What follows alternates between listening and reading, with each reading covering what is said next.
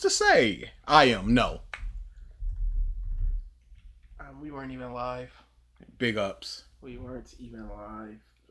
It's a whole mess. It's a whole mess. It's all there's DSP emotes. It's a whole Oh mess. my goodness. Because moms didn't want to vote for tomorrow. Always late. We're almost never late. Exclusively unlate. Yeah. If anything, we're early every time. Why didn't I do the emotes earlier? We probably thought we'd have the time. We probably thought we had the time. Yeah. So, this is where we are now. It's all bad. A complete toilet is Chris. Yeah. We're both pretty salty. We're both pretty salty. Yeah, enjoy the DSP motes. I forgot. I forgot. All right, let's begin an auction.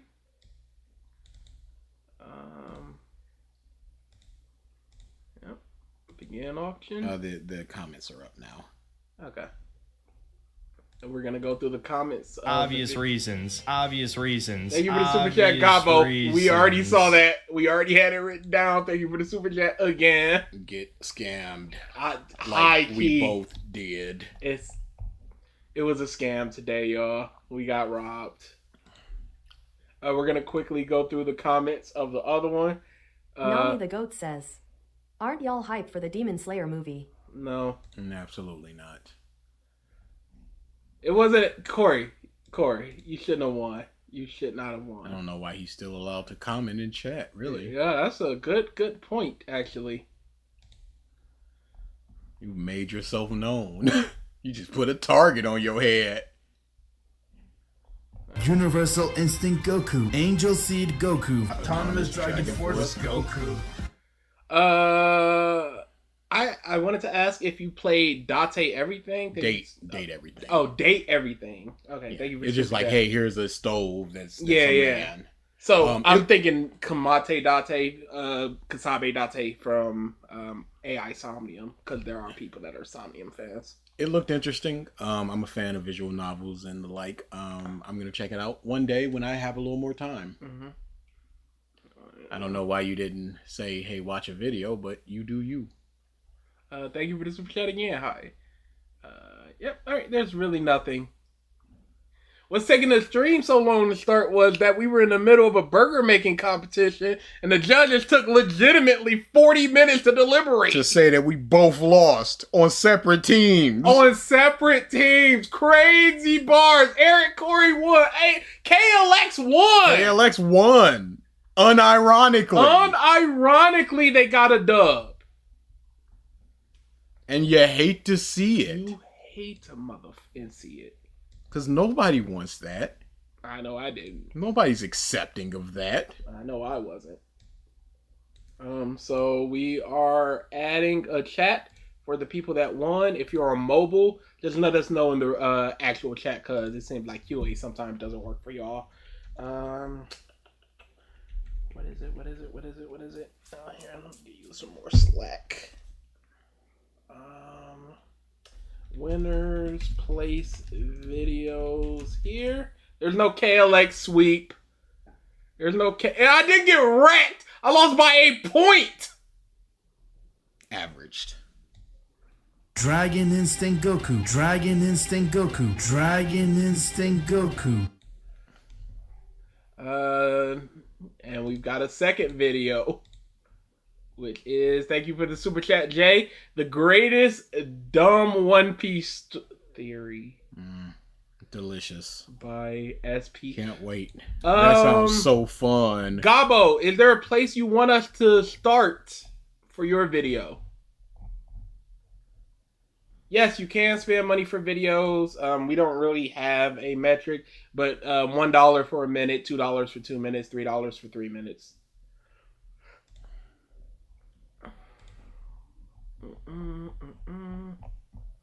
Sorry, there's gonna be no, hey, how you doing? The people in chat, it's over. I just need to write down the people that win, their videos, and channel points I need to take from them once they win. 57 seconds for the Ruby video. So the first video we are doing is Ruby is doing slow burn romance.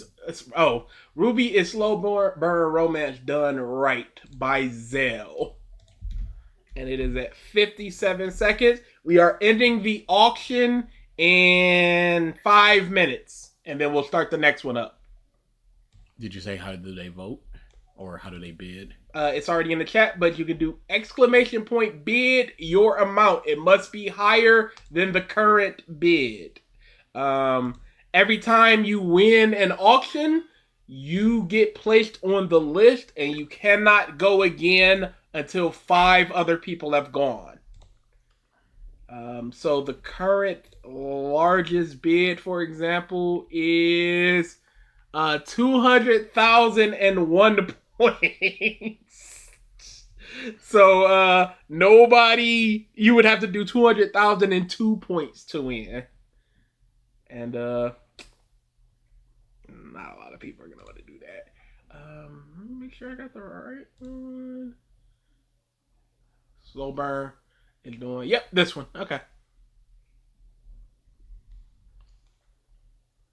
Oh, actually, there's a lot with parentheses. Which one is it? Oh no. That's just a preview. Yeah, those are previews. Okay, so this is, it's just the bumblebee wasn't correct. Okay, 57 seconds in.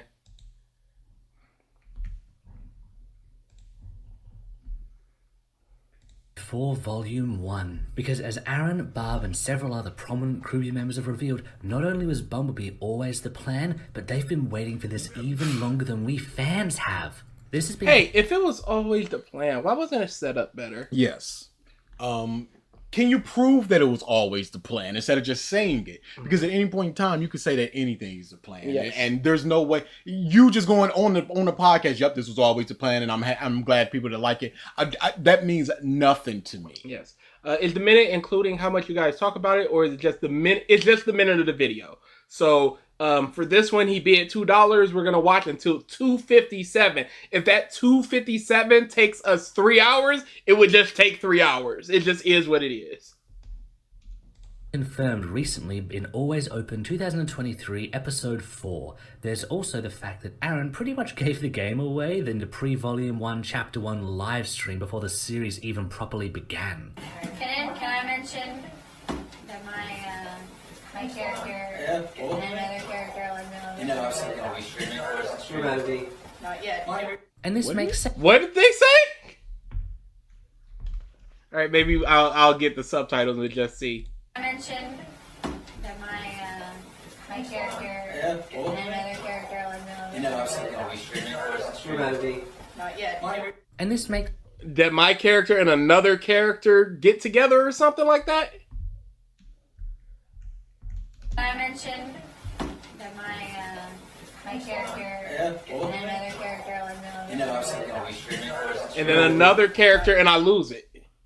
What does this prove? Yeah, she gave the game away.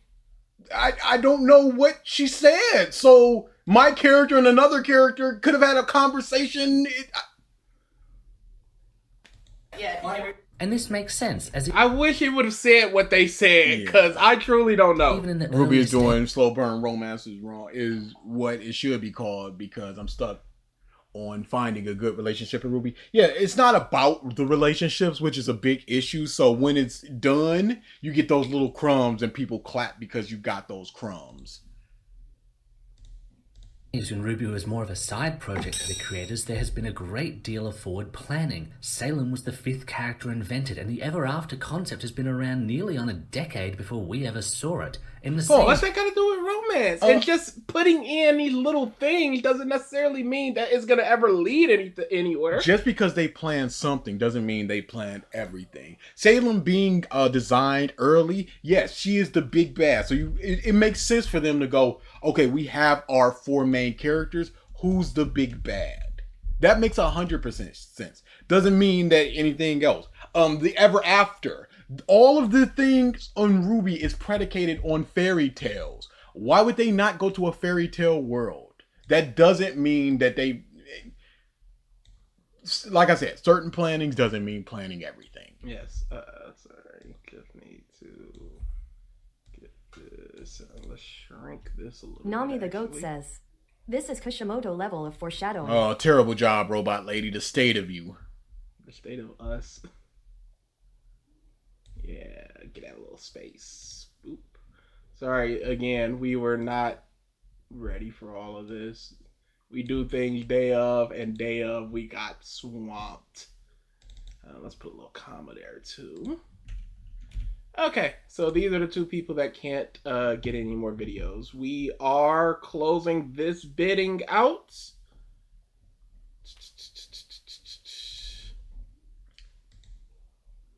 Wayne, can you bid it again after you get a video? 5 people. Yes. So, if you see your name on the list under the video, you cannot bid.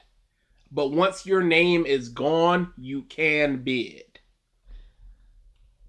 All right, shrimp over shrimp. Put your video in the other place. Let us know any timestamps you want us to go to, and we're in there. Let's start the next auction. Let's keep the video going. We just got here, really. We just got here. Vein, we can see how this informed the concept art of Blake and Yang, designed to be perfectly complementary in colors and silhouette. You can't. Perfectly complimentary. Designed- Yellow and green eye. Yellow and green.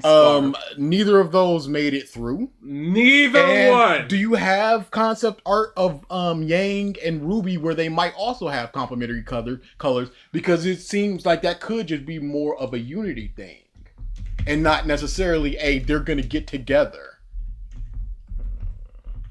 And then we also have to look at it as, was this planned by the characters for them to have complementary colors, or is it just the world just going, the creators going, look, they share some colors. We're back to color theory. Do you think we ever left? Yeah, that's the real question. Yeah, let's shorten that up a little bit more so I can get some more names in there. All right. Be perfectly complementary in colors and silhouette. How is that Even if the- wait, in silhouettes? In what way in silhouettes? Don't just even say if the in color silhouettes. schemes changed, they always stay connected and even grow close. Purple? Ah, yes, purple. that means nothing. This Purple means on their nothing. legs. This is mobs looking way too far into things. What did you circle? What's The knee pad. what's the What's the connection? The eyes? So the knee pads and socks and leggings for both are the eyes of the other person, I guess. purple and yellow? Yes. They work very well with black and yellow. I don't know.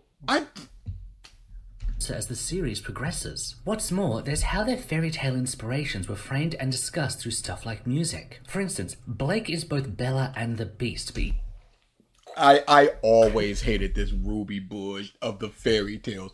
It means nothing to me. Because all it is, hey, she is Red Riding Hood, and then we move the on. Hey, it's the Jack from the Beanstalk. Irrelevant. My bride. Thank you for the super chat. Love One Piece. Put your video in the winner's place if you're not on mobile, because I know mobile has issue. And just tell us the title and the time, who it's by, and the timestamp for it. But Thank you again for the super chat. This just means nothing to me, and I hate it, and I'm so sick of hearing about it. This is the least Cameron relevant Bailey thing. says, this is the same argument BKDK used to say. Horikoshi wanted it, but was forced to make it straight. BS. Bakugo Deku. We will never, and I do not care. The My Hero thing is a whole nother thing, but there's no way to tell that Horikoshi wanted that. That's just people wanting to believe that that's what the plan was always this. And you can't just be friends with a person of the opposite or the same sex without having some sort of physical or emotional attachment to them. You will win a video racketeer because eventually these whales are the 4 or 5 people that can't bid, and then they get real small. There were people that had were winning bids with like 9K.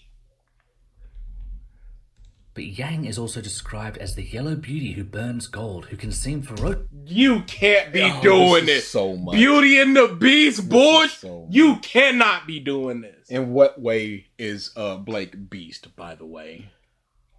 What were Inspirations were framed and discussed through stuff like music. For instance, Blake is both Bella and the Beast, but Yang is also described... Didn't even just... It's fine. She's a beauty and a beast. Whatever. Her name's Belle. Because she's an animal. Because she's got animal ears. Okay, cool. As the yellow beauty who burns gold, who can seem ferocious but is actually kind. Essentially, their source folktales were intertwined in a way no others have been before the show even started. Can Yang sing? I don't recall any singing. Maybe that there she's was done. a scene where she's singing to herself and somebody, like when Ruby went missing. I think so. Maybe. Another character design track, there's Yang's semblance, which allows her to absorb damage and return it to her enemy. Adam, Blake's former romantic partner and abuser, is capable of doing the same but through a weapon. He puts weapons and even people between himself and leeches power, while Yang puts herself between those she cares about and has to bear... Oh, shut the oh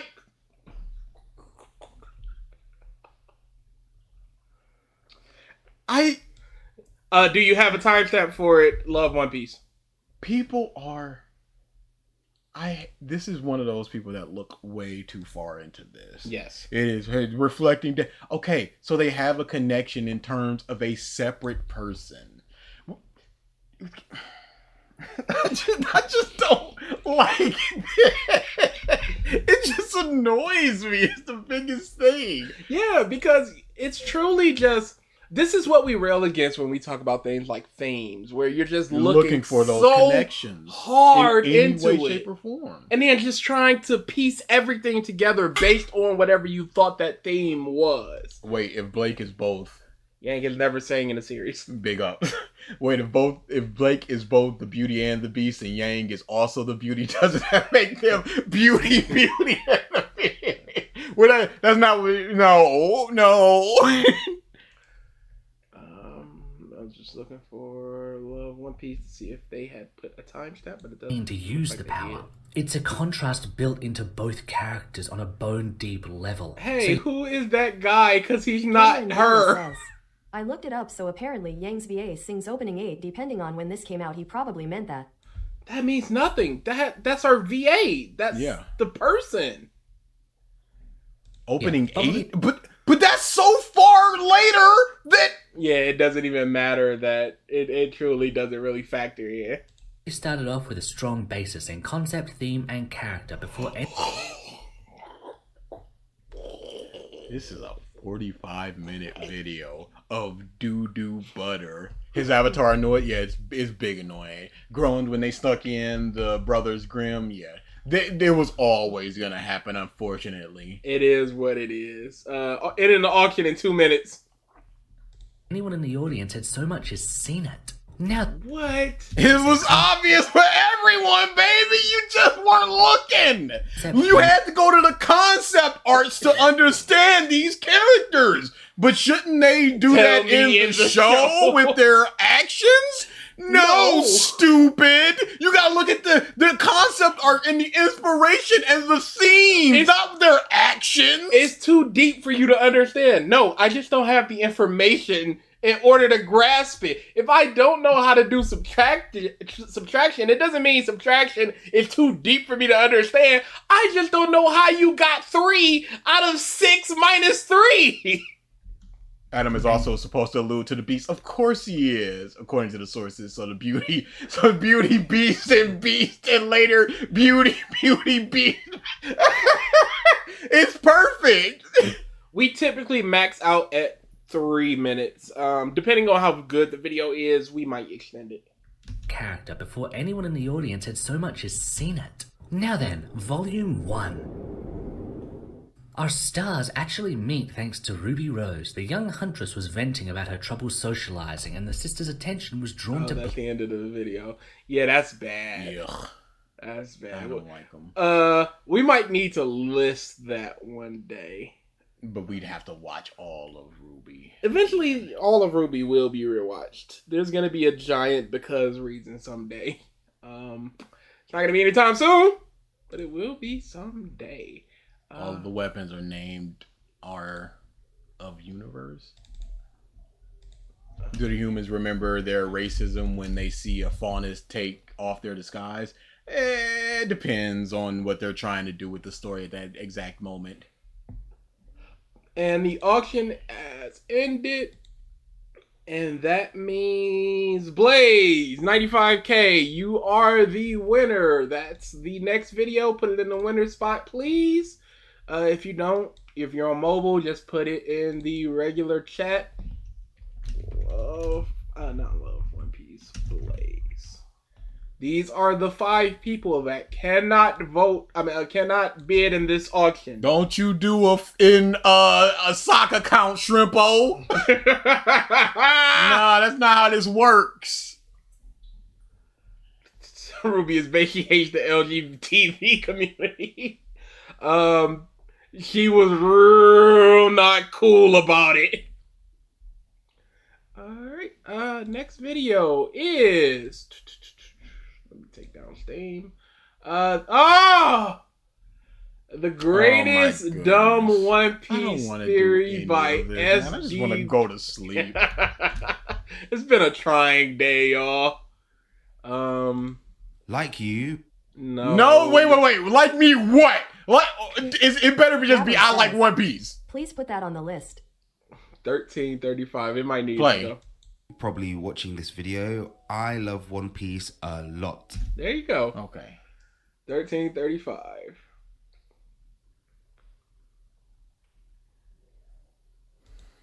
Nothing's gonna be worse. No. Oh, never mind. I was gonna say, but then I was proven right the wrong. Big ups. Out there, waiting to be discovered.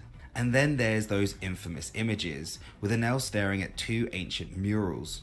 These were at the center of old fan theories back in the day, but I want to focus on just one detail. The ship. When you flip it upside down, the ship... What? Why would we flip it upside down if people are standing right side up on it? Even if they could fly, then why would they be flying upside down on a ship? Oh, I don't want to do this. I don't want to. Looks like a straw hat. What? Oh. No, it doesn't. Yes, it does. What? You can see the boom. No, and then the shut up. Hey, wait, he might be cooking. Or more precisely, a flying saucer. And the... What do you look? It looks like a thing, hat. but it also looks like, more specifically, a thing that's not the thing I mentioned. It looks like a hat. More precisely, a straw hat would be the way this goes. That's more precisely a different thing. This looks like the number 2, or more precisely, a Ford Pinto. The reason I personally subscribe to the theory that the One Piece is a UFO shaped like Luffy's straw hat is because it would complete... We missed so much context. Why? That was a line and a half. The theory that the One Piece is a UFO shaped like Luffy's straw hat is because it would completely recontextualize the entire story. But anything would recontextualize the story. If it was a laser beam, it would recontextualize. If it was a mirror into our world. If it was a mirror into the past. Anything. In the One Piece logo, Luffy's silhouette. No, stop this! Stop it! I'm so tired of this logo. I'm so sick of this logo bush. I'm so tired of the logo. I'm so tired of it. Oda didn't design this. They all, and you shouldn't have to look at a logo to be like, here it is. Because it's non-diegetic. It's not in the story. Yes, it is outside of the world for us to digest. I should be looking within the story to understand the story. Don't all UFOs stereotypically look like Luffy's? Absolutely. God, when did this start? 1313? Oh. Always rely on One Piece series to bring up the stupid logo. And the Rope Man did it as well. No, Cosmo! That one fanatic, you'd have to win the auction to submit a video, unfortunately. So we got Blazes, we did Zells, we're doing this one already. Let's get timestamp. Alright, cool. With his iconic hat, suddenly looked Ah, yes. Iconic hat suddenly looks what, sir? eye in the One Piece logo, Luffy's silhouette, topped with his iconic hat, suddenly looks like a typical UFO. No, it doesn't. It doesn't look like that at all. I'm sorry. Maybe we've been looking at the One Auction Piece this ends in whole 4 time. minutes. That one fanatic, the auction stream is a auction starts.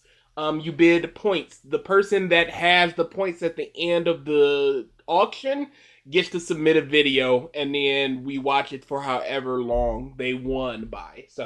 So if they had like 10,000 points, we'll watch a minute. If they had like 25k points, we might watch 2 minutes. It's that type of thing. You can also submit a super chat. $1 for 1 minute, $2 for 2 minutes, $3 for 3 minutes. 3 minutes is the max we have for how long we watch a video before we move on to something else. Not that we take 3 minutes, that the video itself Jay takes says, 3 minutes. We went from ropes to UFOs. It's crazy. Robot lady, what are you doing? It's like a typical UFO. Maybe we've been looking at the One Piece this whole time. The first treasure introduced to us was Luffy's straw hat, and the last treasure might be the thing that inspired No. The first treasure that was introduced was the One Piece. Yeah, I hid it all in that place. And then that was it. it, giving us a perfect circular ending. Every Like time Luffy gets serious and puts on his straw hat, it wouldn't just be a cool looking moment. It becomes the symbol of freedom, of adventure, of him fighting for his dream. And thinking back to Whitebeard's last speech when he said, "Someone will appear, carrying the history of all those decades on his back, and challenge this whole world to a fight." You didn't need to say what was actually. I needed him to say it. Okay, then remove the subtitles. Oh, no. I need those as well. And what's on Luffy's back? Nearly every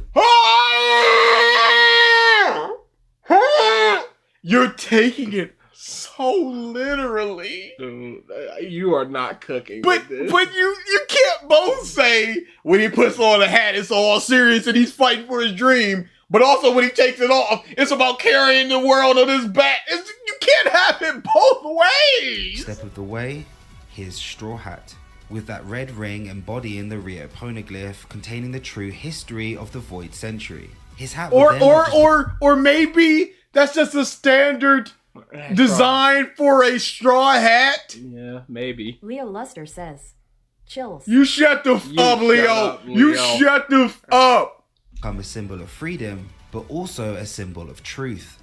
What? What do you Wasn't mean that- by that? Was it did they put Vivicar in one of those bands? Wouldn't that hurt it? The band is broken at that point. If Shanks did in fact lose his arm to spurn Luffy on to become a pirate and achieve his dreams, he lied to Luffy in that case, and he had the hat. So what?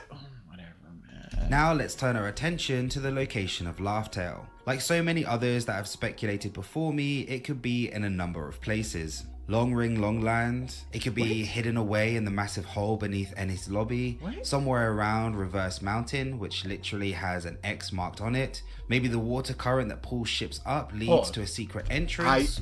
This is how far away from the One Piece series that I am. I have never heard of any of these series. Never. Not a Why one. would it be in Long Ring Long Road? Just to be like, oh, it was actually a super important arc. Or maybe even a secret exit. Could it be hidden somewhere around Jaya, or deep within the Florian Triangle, guarded by those mysterious shadowy figures? If I had to guess, I'd say Laugh Tale is an island located beyond Lodestar. Roger clearly stated that all Why would you?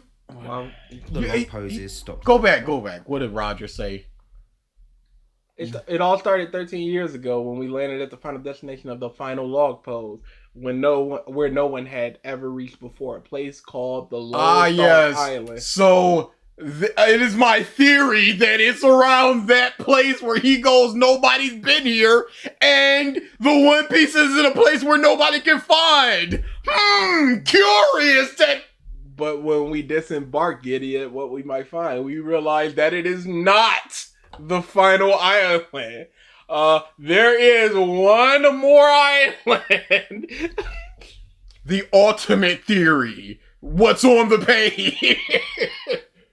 Is an island located beyond Lodestar. This Roger video is the Clayton's reason why I don't listen to One Piece. It's so I hate this type of stuff. Yes. I don't like the looking into everything that hard. It's like shut the up. Below in his lobby, like dog is built like that because it's in different areas of the One Piece world. What is he on about?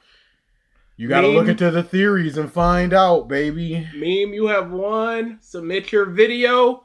Real Luster says, You know the rest. Okay, so does Buggy cutting the Straw Hat mean? Is Buggy going to destroy the One Piece or something? They know it's all. They've got something going on there. But I'm not gonna learn about it. That's got nothing to do with me. Who would that mean? So Gabo, you are back in the pool. Meme. Let me get that video. Stated that all the log poses stopped working once they reached there, which tells us that no pirate can naturally sail past this point. That also means that no one has ever made a full completed circle of the Grand Line. No one except Roger. And that's exactly what made him the Pirate King. So here's how I think it works. The road poneglyphs How much longer? No. don't just lead you to Laugh-Tale. They mark an X on a spot beyond Lodestar that you can't reach with normal navigation. That's what the story says! This location also helps the story progress naturally. Instead of having the Straw Hats turn around or backtrack, they'll keep pushing forward. They'll find the last They've road- never backtracked. It was never about that. How stupid would it be? It's like, yep, we're in the new world. Oh, it's back in Enna's lobby. Let's turn it around. Even when it was just like Vivi's in trouble over there, Luffy was just like, she got her own going on. poneglyph, reach Lodestar, and then chart a course past it, finally finding Laugh-Tale. And maybe after all that, they'll be able to finally sail over Reverse Mountain, completing the Grand Line and bringing everything full circle. But like all of this video, it's all That's it. just guesswork. Goodness, thank Norwell says, my theory is that Nami smells like oranges. This is important because pirates need vitamin C to avoid scurvy, making That's her quite the ultimate pirate. theory. That's quite the theory. Hey, yo, no more One Piece theories, y'all. Hey, I'll get them. I'll do a Jujutsu Kaisen theory. Try it. We're back to this? Constantly trying to defend his every. Alright, timestamp. It is... This voice sounds like text-to-speech. Some people have that cadence. Once again, Josh Scorcher was a My Little Pony person back in the day. Never watched him. Oh Big no, ups. not Danganronpa. Danganronpa. Bloop, bloop, bloop, bloop, bloop, For what he did.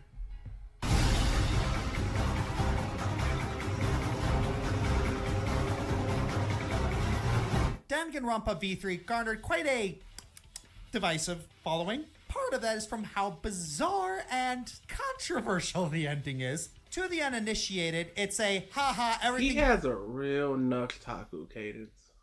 That's probably you why I love in never our watched series him. is a lie shtick. Dwight, you don't need At to be here for least this. That's what it seems. You miss Phil. Some people have interpreted that the ending doesn't ruin the other games, more so that it's a different timeline that treats the other games as fiction. And yes, there's some evidence to support this, and honestly, with how much the series thrives on its characters, the implications of this ending were likely never that honest to begin with. So if you really squint to the point that Clint Eastwood is jealous, you can still enjoy the series. However, even if you don't think the No, you can still enjoy the series even if it was all made up and a Yes. lie. That's still completely... I do. Yeah. I believe that the story is that it was made up in a lie, and they went, no, we want to break free from this lie and be ourselves, and everybody agreed, and they moved on positively. I still like the things that happen in the other games, real or false, doesn't matter. Yeah, it's a work of fiction. Like, how much more do the things that I do matter knowing that they are real in the game universe versus fake? To me, it's all the same entertainment. It's, because it is a game and it is inherently fake. So you're going into it going, yes, this is fake. And then you're like, oh no, it's double fake. It's like, yeah, okay. Okay, that's the story. It's a fake world I'm playing. Cool. Ending is that bad? There's no denying that the mastermind still sucks. If I could aptly describe Tsumugi Shirogane, she is the equivalent of submitting a 5-hour-long clip of a black screen to a film festival and claiming she's an artiste. Seriously, her entire character pre-reveal is just a boring geek who makes anime references and points out the obvious. But it's to make her unassuming. Yes. Cameron Bailey says, wait, so if everything is a lie is true, does that mean all the characters that died didn't? No, they died. But they died. They were a person, and then they were just like, hey, you've been chosen for this thing, and then they had their minds rewritten into thinking that they had this fake life, and they all still died. But the ultimate bug guy was never the ultimate bug guy. He was just some normal guy, and then they were just like, you're the bug guy now. So basically, it's the greatest reality show in history, and everybody wants to be part. I'm so sorry. And everybody wants to be part of this reality show. But to be part of this reality show, you have to become an ultimate blank. And the way you become an ultimate blank is by being brainwashed. So we, as the audience, don't know that this is fake because they keep mentioning things like the greatest, most awful event in human history. And that's both a character and an event and all of this other stuff. And it's like, hey, none of this makes sense. But then it's like, well, it doesn't make sense because it's dependent on the season it's being told in. So yeah, everything you see in Danganronpa is quote unquote fake in that it's manufactured. But all the events happen. They basically kill their original selves to become who they are now, yes. In order to take part in Danganronpa. Their minds are wiped and they just wake up in the classroom thinking they were always this character. It's such a good game. And I love the ending and story of Danganronpa 3. People hate it, I understand. I f***ing love it. Her sense of humor boils down to making puns about how plain she is, and she has no... So that just sounds like you don't like her, and it's just not your type of character. I wouldn't call her a bad villain. You don't enjoy the villain. Yeah, and she is not villainous in this in this state until later. So this state, she's not really considered a villain. Defined chemistry with the cast, making her completely interchangeable. Gee, I wonder who they're gonna make into the main villain. No, don't do that. Like, they didn't throw a bunch of people around that could have been the main villain. Come on. Because if they did make it super obvious, you'd be like, oh, well, why would they make it so obvious? It's the least assuming person when there's this dude this whole time just like, I'm him. I'm the main villain. And his role was the ultimate, I forget what he was. Koichi. Yeah. The ultimate dictator or something, ultimate leader or something like that. But then it was like, no, he wasn't that thing. So now we got to figure out exactly who it is. And yeah, no, she was never that smart or logical in the trials. She was always just kind of there. But all of them I had somebody who's always just kind of there. Sonya Nevermind was not a smart person. Yeah. She wasn't super involved in the class trials. Yeah. She was just kind of there. And up until the point with dude, she was nothing. And after that, she becomes more of a character. Gundam Tanaka. Yeah, Gundam. But yes, the Danganronpa has always had those people where they are not the person who they're more to bounce off ideas for them to say, hey, but what about this? And for you as the player to go, no, that's not correct because of this. And then your mind is led into this location because of something somebody said wrong. I love that one May girl in Ultimate and V3. Dude, I love the thing, her just running towards the exit. I don't know why that sticks in my mind so much. The reason why this is so Love frustrating One is that Piece Forever says, my theory is that there are a lot of new Dragons haters, but no one wants to say it on YouTube cause they don't want to be attacked. I think Dragon Ball is one of those things that are easier to attack now, especially maybe aspects of it because of the Toriyama thing. They might be like, hey, let's get at some time. But I feel like people understand that Dragon Ball is not this high art thing. What about the robot guy? Was he always a robot? It was a normal boy beforehand and he got turned into a robot? He was a normal boy, but this is a world that is very scientifically advanced that they turned him into a robot, or at least a cyborg. Yep.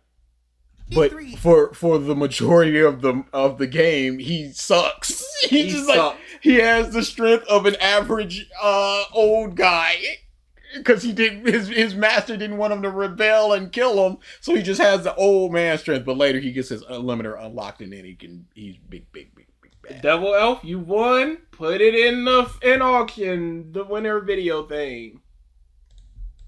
Is a long game. We spent so much time putting up with this cardboard cutout, while interesting characters with a ton of potential get snuffed out from us one by one. She makes a big chunk of the game feel like such a drag, who's just waiting to get to chapter 6 so she I don't feel it's a drag when there's a character that I don't like or am not super invested in. Because she, like you said, she doesn't do too much. So how is it a drag when she's just there saying these certain things? And the focus is never on her for the most part. So you get like, let's just say 88% of the story has literal nothing to do with her. How is it a drag that and I mean, just saying a line of dialogue, I'm counting towards that 12%, is enough to detract from it. How do you gauge the worst villain in the game? I guess by what the villain does in the game or how they impact other characters and affect the world. Some people say villains are bad because not deep. It's whatever your criteria is in this case, because I think that a bad villain in one show may not be the same. Just put it here then, Devil Elf. As another one. That are faces already. But hey. If you're trying to put the link, that's not going to work because it won't allow it. We need the title. We need who it's by. We need the timestamp. Surely the twist is worth it. This is what our character's been building up to, so it has to be great, right? Would you show somebody saying that? Yeah. Because my mindset is it's the unassuming thing. Because again, Akane, the big dark skinned girl in the first one, she was just kind of there. Oh, for sure. She's unassuming, but she made it all the way to the end. So you have those people. Your mind just goes, this is just another one of those people, and it's not though. I see nothing wrong. Off Junko and doing everything worse, great, then more power to you. Happy you enjoy it. But we don't do that here. Samugi is yet another cocky, crazy mastermind who repeatedly chants her obsession for a whole hour until she inevitably gets her butt kicked by the protagonist shouting his lungs out. She's not really that. She's more so just playing a bunch of characters that are that.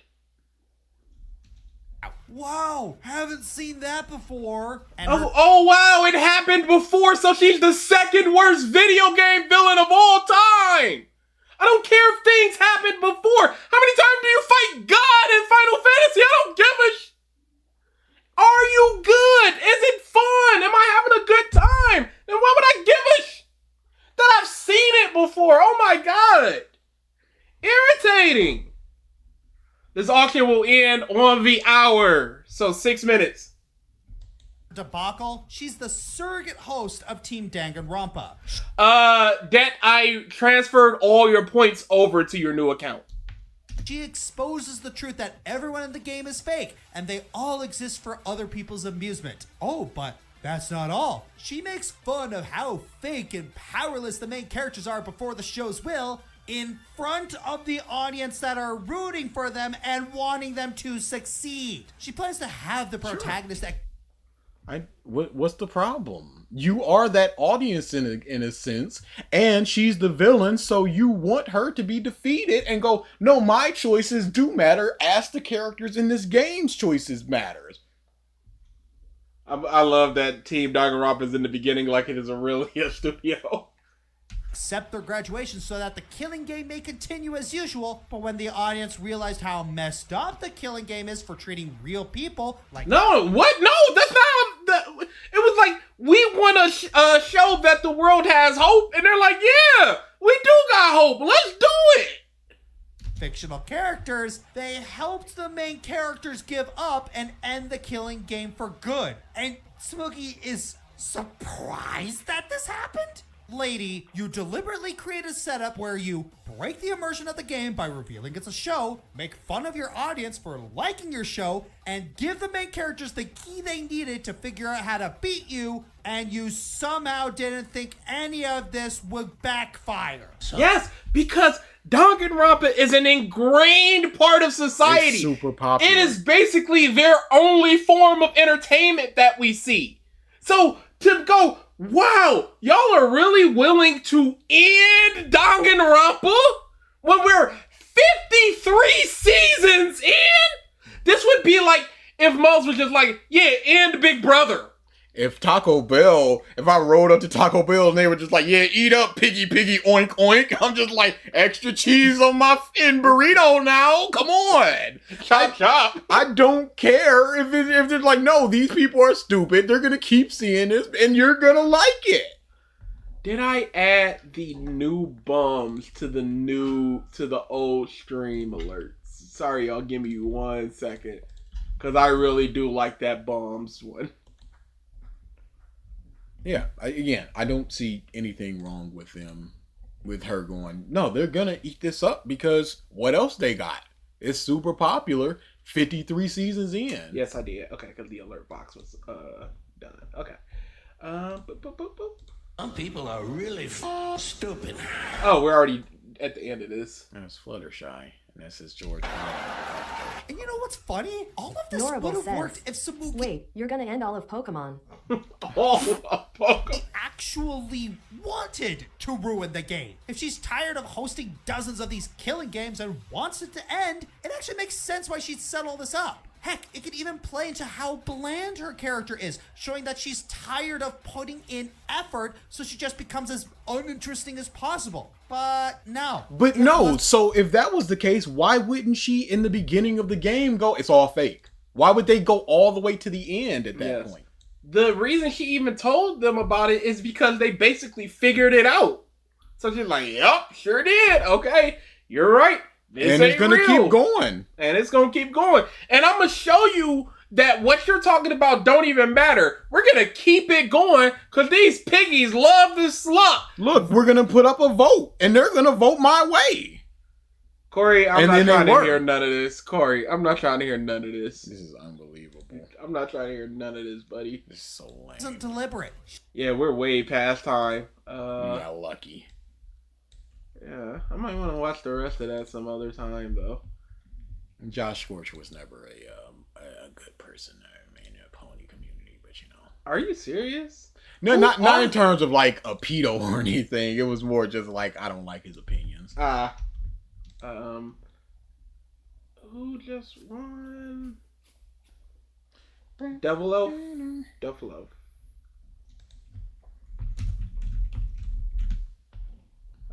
Let's see if they put the video. Oh, they actually got the somehow. Okay. It works sometimes. They don't other times. If you got a timestamp, also let us know. Yeah, Devil Elf, if you got a timestamp. Oh, bro. Come on now. What are we doing here? The state of it all. Alright, let's try to blow this all the way up so it's not doing that and it's still going to Big just keep ups. doing that.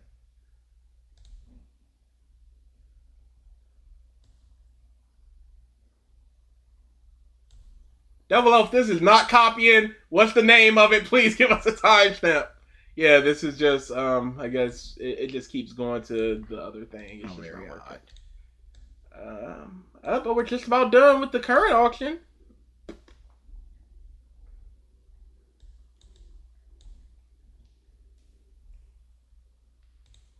Shrimpo, your name's still on the list. I'm not letting you in. I'm not letting you in. Yep. Okay. Oh, this is Love One Piece's video. Is Dragon Ball Z trash? Debating. Debating at 1:45.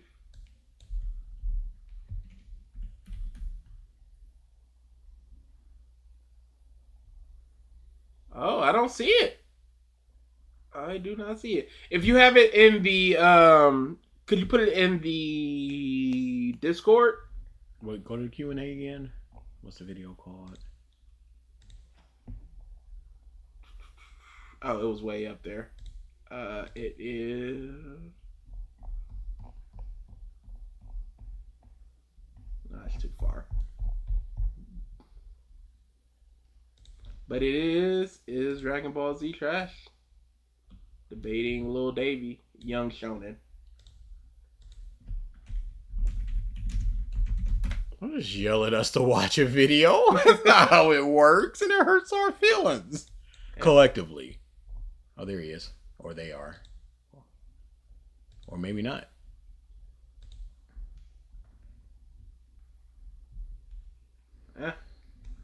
Give us it in the Discord, because I am not seeing it.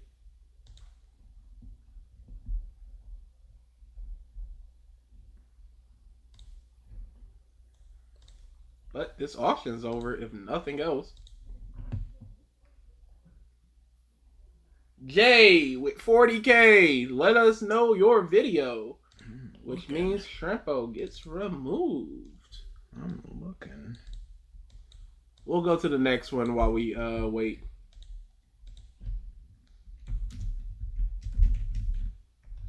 Just so we know. How do you spell Lil Davy? Davy. Yeah. Hey, we're looking, I promise you. But Cinematic Universe, comment on that. It's in there. Oh, in the Discord? Yep. Okay. Did you put Young Shogun or Shonen? Shonen. It's Shogun. I just copied and pasted. The state of you. I just copy and pasted. You. I didn't do anything. I can acknowledge Dragon Ball's great. Okay, so that was the issue. Safety.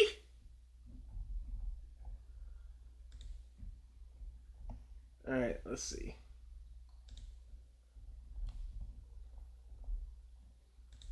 It's in the viewer request month. All right, that's kind of smart.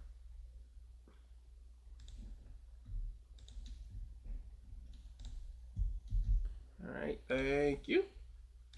At 1:45.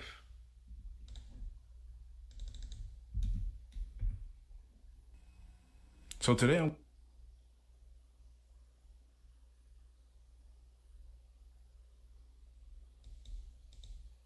in the show has development except for listen, all you have to do is watch the show. you know what I mean? That's what I'm talking about. Nobody in the show has development except for Vegeta. Stop. That's just a lie.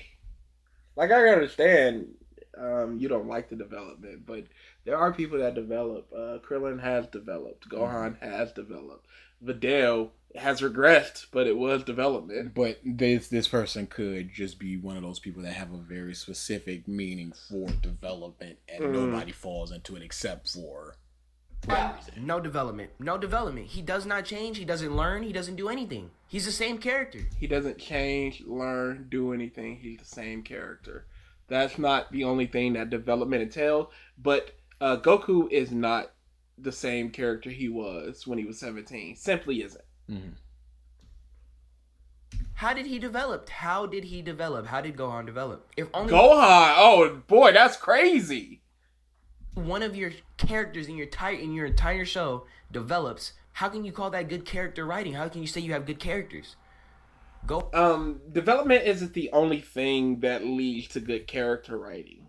There are multiple aspects. You could just be a good character. There are flat characters out there that are pretty good. But Young Defiant, Billy West voice. Lil Davy is another Young Defiant clone, so they're not very good. Gohan did not develop. How did he change? He's always been a good guy from the beginning of Z. He's been fighting for the planet. Okay, so the fear, growing out of the fear, the want to fight, the want to not fight. Was he supposed to become ambivalent towards fighting and fighting for the planet? Just like, the planet can save itself. Oh yeah, let me begin the next auction. That's my fault.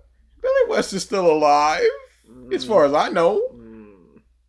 He was just in Futurama. Been doing that. Personality changes. Did he start taking fights more serious after fighting Cell? No, because he did the same bullshit. No, that's with Boo. He did the exact same thing that almost cost him the entire world. No, he definitely did that. Yes. But he did take fights more seriously. But taking fights more seriously doesn't mean anything. The overconfidence is what it is. And you can still have a negative trait and grow as a person. Against Cell, he did the same thing to Boo. And he got clapped for it.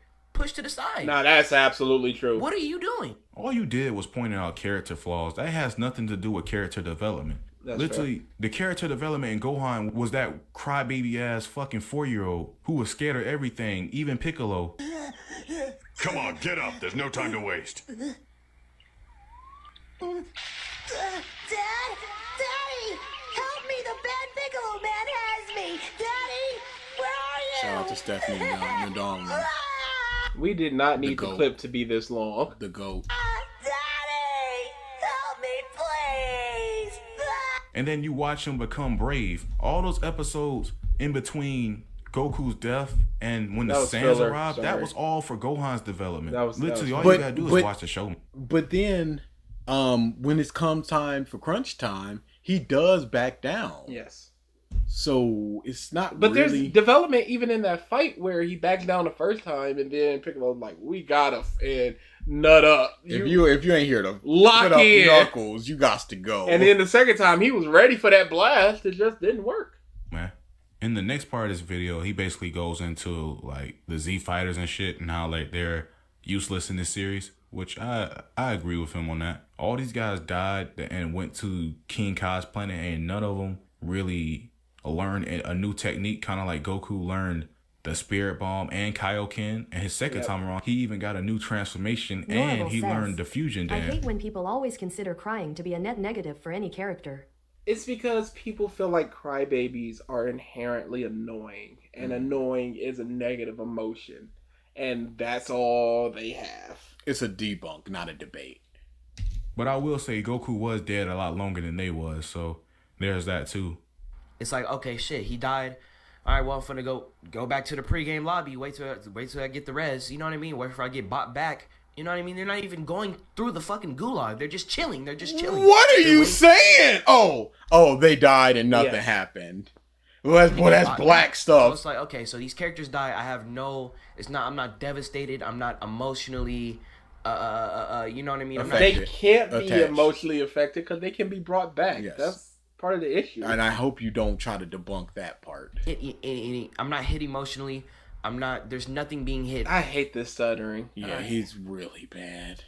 You die. You're waiting to come back. Cool. That's not good writing. You cannot tell me that's good writing. You don't. The passive sigh. Like, don't. Come on. I already admitted that you didn't watch Dragon Ball. But that's irrelevant. What he's talking about, even though he said it very poorly, is that you can't attach to them when they die, when you know that they can just be brought back without issue. So of course, you're not going to see this and be like, oh, or Yamcha just died. You know what I'm saying? Because you know that he can be brought back, and even still, when they just go, Piccolo is dead. Not 10 episodes later, they go, oh, but there is a way to bring him back. Yeah. At this point, he dies, and you just go, dang, he's dead, but Piccolo's still right there, which means Kami's still right there, which means the Dragon Balls are still there. It's such a superficial feeling of sadness that because it can just be brought back. On top of that, when they get to Namek, and it's like, all right, we're gathering the Dragon Balls, we can start wishing people back. Oh, Chaozu died before, he can't be wished back. And it's like, no, our dragons can do that. They can wish back people multiple times. That's fine. Oh no, Krillin's been brought back, so we can't. No, he can. Oh, but he'll be brought back in the place that he died, which is in a vacuum of space. Yeah, but we can just wish him here. Yeah, there's no problem there. feel any emotions towards these characters. The show just fucking started. This is still the Sand Saga is still the beginning of the show. Development of these characters happens.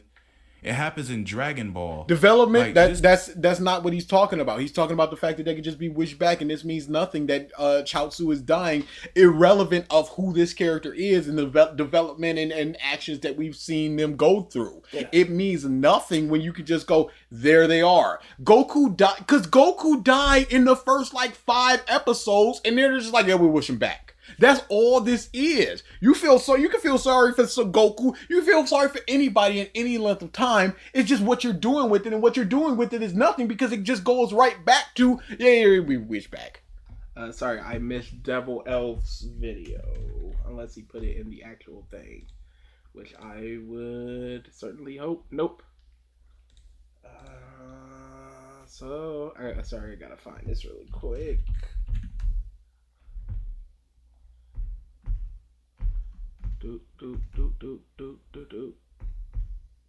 Nope. Devil Elf, can you submit your video? Oh, it's in the server. Can you go to the Discord real quick? Let me know. This is a sequel. You're supposed to watch Dragon Ball. Even if you were emotionally attached to, let's say, Yamcha from Dragon Ball, once he dies, you already know he could be wished back. So what's the emotional attachment at that point? The most tragic depiction of the strongest, 12 minutes 38. Okay.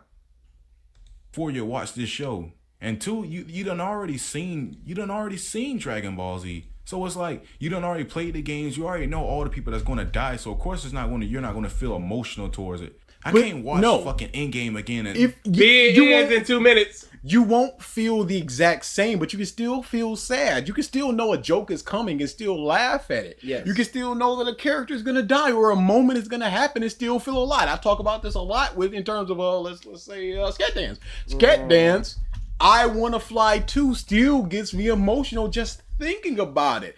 Talked about this, and now our boy Meme knows about it. Togepi's Original Sin. Not Togepi's Original Sin. I keep forgetting up the name of that. It's an anime that's going on right now. That he has no idea what he's talking about.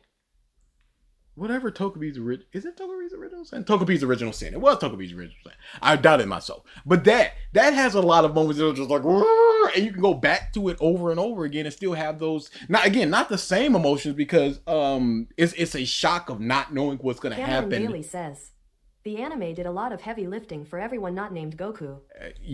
Because it needed to, obviously.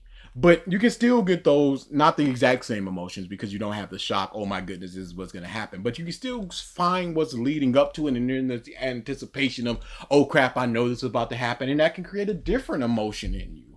Yeah, it just doesn't mean anything. There's just like, oh, you know it's going to happen. So, because it's not Lil Davy's point. Lil Davy's point is, it means nothing when the character dies. That's not good. And then be like, oh man, look at this nigga Tony Stark, man. And then sit here and fucking cry. I done already seen it. I can't feel But the thing with Tony Stark is he shouldn't come back. Can't say he's not going to, but he shouldn't be coming back. Or at least there's no inherent device that we know of that will bring this person back. Random Guy, yes, we know that. And if you looked at our canceled manga series, I called that a turbo fumble. It was weird. Same emotions like I already. Sorry. Who just won? Shrimpo, you won. Submit your video. New bid is open. Corey is winning with 10. Get him off the charts. I really don't even give a fuck anymore, to be honest. That's crazy. No. That is crazy to be like, I know what's coming, so I don't care. The deaths wasn't cheapened instantly. Put yourself in 1989, whenever this. I don't know. I'm not gonna look back at those times because I don't care. Again, you pick up the Wright brothers plane. You try to fly in England and that. And you go, this is trash. Would you want somebody in your ear going, we'll go back to the 1800s and this is all we have? I don't know what was going on back then. I don't care about what's going on back then. I'm not putting my mind in the mind of thousands and millions of other people watching this moment in the moment. I don't care. It's about here and now. And can you just never change your mind about anything? Ever. It's crazy because you can have this moment in the moment of just like, oh no, this happened. But then as you get older and you look back at it, you go, oh, this is trash. And then you got this month in your ear going, well, think back in the 80s. Like, no, I don't want to think back in the 80s. It's just trash. Yeah. Think of how black people felt in the 50s and now watch the movie with that front. No, I'm watching the film as a film. Wasn't born in 1989. I wasn't a sperm back then. Hey, I was making my grand appearance. 2 minutes till this closes. Put yourself in that time period as somebody seeing it from that point of view. You're seeing it from your own point of view. Of course, you're not going to feel it. You're looking at it as you look at it as anyone else back then. By the way, what if that person back then didn't like it? Didn't Trigger use that same argument that you can see it from his viewpoint or whatever? I think so. I don't care about seeing it from your viewpoint. Like, I can understand where you're coming from, but I find that that place you're coming from to be awful. Why don't you transport your... Go back. Why don't you transport your consciousness into a man in the 80s in their teenage years? This is... For you didn't watch Dragon Ball. The whole point, the whole entire issue is that characters in a fighting story, in a story that has battles in it, if an important character dies, there's no point in getting invested in any fights or in any deaths or in any characters. If when they die, they're just going to come back. There's just no point. There is no point. They're going to come back. They're going to succeed every single time. There is no doubt in your mind when these characters get into a fight that they will lose. There is no shot that you think that. There's no threat. But again, I don't care about these characters are gonna win or lose. I think that's a bad point because it is a story that we're watching from these people's point of view. The story's not just gonna end with the Earth being blown up. It's all about how do they get there. Cut out that part of the argument and stick with the. It doesn't matter if Vegeta got a bullet through his head because he's just gonna be back in a second. Unrelated, why are Dragon Ball fans obsessed with cuckoldry? What is the correlation? This needs to be researched. I cannot speak to the cuckoldry aspect of Dragon Ball fans. I apologize. We are set on our time. A little bit more. A little bit more? Right. There is never a threat in the show. You never feel like they're going to lose. This is bad. You had it and you lost it.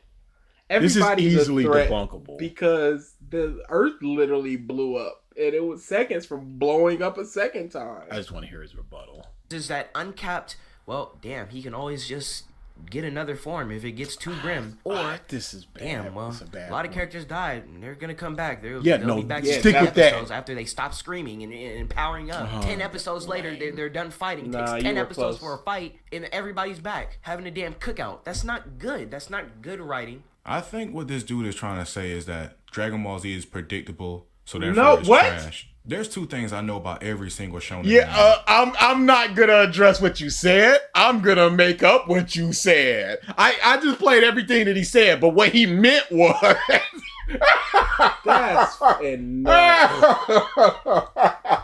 That's crazy. Hey, that's bonkers. Are we gonna talk about BG's favorite movie, Doctor Strange 2? It's funny because that's not my favorite movie. Is it not your 3320? Oh, that's that. Oh no, this is huge. Ooh. Oh no. Most replayed, huh? Big ups. Oh no. Let me translate for you, pimp. This movie. I forgot about his cadence. Come on. That's pretty cool. I think this movie is a little bit of fun. It has some fun action. Leo and it Luster introduces. says, these two are like dumb, aren't they? They're both really bad. But Lil Davy at least has the fact that he's a troll. I don't know. I can't say for sure that he has seen Dragon Ball and he's just not parroting the obvious thing of they're screaming for 10 episodes in a row, because that's a very obvious thing that you say about Dragon Ball. Yeah, it's a very easy. Oh no, what are we doing out here? What? Yeah, boy. Racketeer, I need the title who it's by and the timestamp, because for some reason I just can't copy paste those links. Cosmo has done nothing. Cosmo has done nothing recently. Yeah, I checked out his channel recently, and there's nothing really. He keeps just doing these quickies, and it's like, well, you're just reviewing a movie. Like a lot. But while I don't hate it, I don't really like it either. So let's talk about why. First of all, this movie's fucking boring. This is... yes. 'Tis boring. It's not a boring movie. Yes, it is. Oh. 5 minutes for this auction to end. It's like 4 movies happening at the same time. 4 movies happening at the same time makes it boring. Yeah, that's not the... There's a lot going on. You use the word boring, which has a very specific connotation, and then you go, well, there's too much things happening. Wouldn't that make it, I'd say, more unfocused? Yes. Or not disjointed. Or there's 4 things that's happening, and I only care about one of them, so the other 3 are... Thank you. In this movie, we have Tony dealing with his guilt, Captain America chasing Boring? Bucky. Guilt from what? From what happened at the Accords? And Cap chasing Bucky because Bucky did a thing, so he has to try to go get him? Which also leads to the Accords? It's an A plot and a B plot! Bucky, the villain, who's not really a villain, and trying to get back to... who he was and trying to accept. There's a lot of things going on with Bucky. What did I say? Oh wait, no, that's not a theory. We're good. Jumped the gun a little there. Dealing with his brainwashing, T'Challa wanting revenge on Bucky. Then we throw Peter Parker into the story, and he doesn't have anything to do with the plot. He's just there for the fans. I forgot about the... He's there to go get him! Yeah. Iron Man needs backup. And this is a guy that they know nothing about. The other side knows nothing about. And he's also super strong and he's super capable. And he's young enough that Tony not necessarily can manipulate him, but he can get him easily onto his side without much hassle. This is no different than the Cap and Ant-Man meeting scene. It's the same. Like, we're recruiting people. Here's a person. Also, it leads into his movie, right? Absolutely, it does. Plot about there being more than one Winter Soldier. I swear, you could trim a half hour off of this movie and tighten up the script if you just cut this thread and you get rid of Baron Zemo. We don't need... Baron Zemo was the best part of the movie! He was the reason why they were fighting. But if your mind goes to, oh, if there's one of him and he's already this dangerous, there could be others who are also doing terroristic things, and we have to worry about that as well. Like, the reason Tony finds out about the Bucky thing is literally because of Zemo. What is this guy talking about? One guy pitting the Avengers against each other. The concepts of these 2 factions disagreeing with each other is enough to run the story. But there needs to be that trigger. And the trigger is Zemo. Don't need a supervillain there to be like, I'm going to make them fight each other. Also, his plan to break up the Avengers... And it was about, I am a single man who brought down the Avengers, not by punching them, but by showing each other that's like, y'all, you suck. And get them to kill each other? It doesn't make any sense, and it didn't even work. At the end of the movie, he's like, haha, I really succeeded. You guys are the losers. But you didn't. Nobody died. Your goal was to get them to... He showed that there could be fractions, and they broke up the Avengers because after this, Steve went on a run. For legitimately, like, 3 to 5 years, there were no Avengers. Tony did not trust Steve after this. Kill each other, and they didn't kill each other. Tony and Steve aren't even really mad at each other at the end of the movie. At the end of the Civil War comic... But they're not together. Yes. And that's the success there. He broke up the Avengers by putting them into certain places. America dies. But no, this movie just has a bunch of stupid people doing stupid shit. Everybody... What a this is stupid of explaining what's going on, dude. I cannot believe this. This is the type of stuff that pisses me off. Because you can talk about the negatives of this movie. Easily. It's a bunch of dummies being dumb. No points. God! Nothing pointing to anything directly. Irritating. That's why I hate Cosmo. Dude, it's so easy to do. Just talk about this. This movie is stupid. In case you dumb people doing dumb things is stupid. Cool. didn't know, the main conflict of this movie is that the government wants to put limitations on superheroes because of what happened in Sokovia with Ultron. People are also kind of upset about some things that happen in this movie, like Scarlet Witch blowing up this little building on accident. But would people really be more mad at the Avengers in this situation than they would be at the terrorists who tried to kill Wade? Hey! We need to be put in check because we don't have all the information and we need some responsibility when we blow things up. Because at this point, they blew up this building, people got hurt, people died. What happens with the Avengers? Hulk ran wild through a city. What happens there? Get Tony pays and people forget? They threw acid at those rescue Iron Man because they didn't want him there.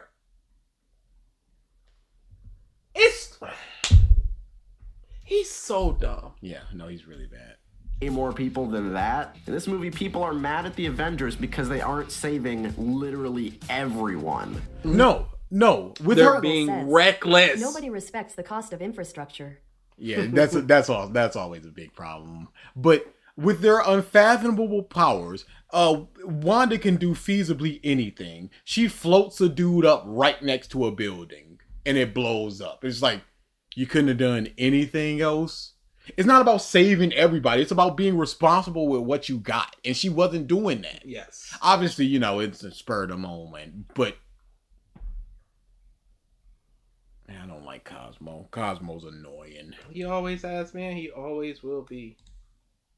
Who's going to avenge my son, Stark? Well, they did avenge him. They killed Ultron. I don't think you know. know. You didn't watch the movie. She doesn't really care that her Ultron lost. She's going, my son is gone or hurt because of y'all. Who's gonna avenge him by taking y'all down?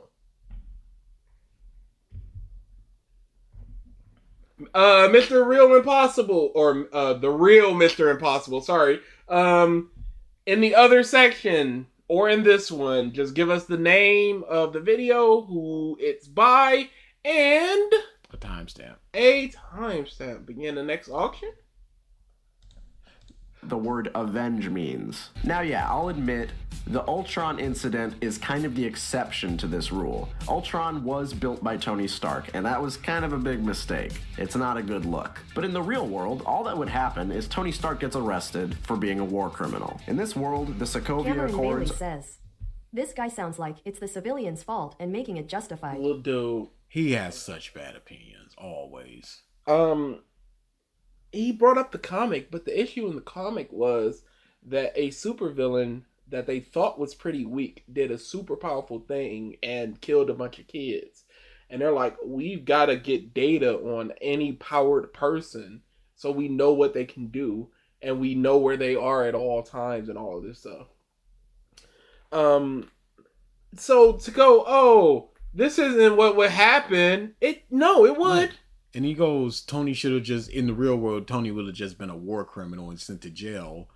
Do we charge the person that made guns for every single murder? Tony used this for a legitimately good purpose, and then it went off on its own. I can't really say that that's Tony's fault directly, and to label him a war criminal are completely unwarranted. The Avengers have not done enough wrong in the world yet. You remember that scene where Thunderbolt Ross is trying to convince them that they should sign the Accords by showing them footage of their battles in the other movies? It makes absolutely no sense. I'm gonna go ahead and say what the Avengers should have told him in this scene. New York. Cameron Bailey says, oh yeah.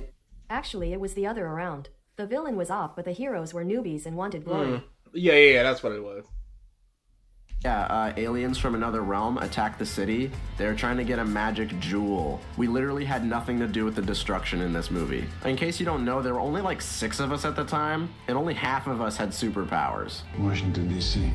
Nazi? You're basically going, hey, it's okay that people got hurt because we needed to save the world. And Ross is going, that's not okay that people got hurt. Yes.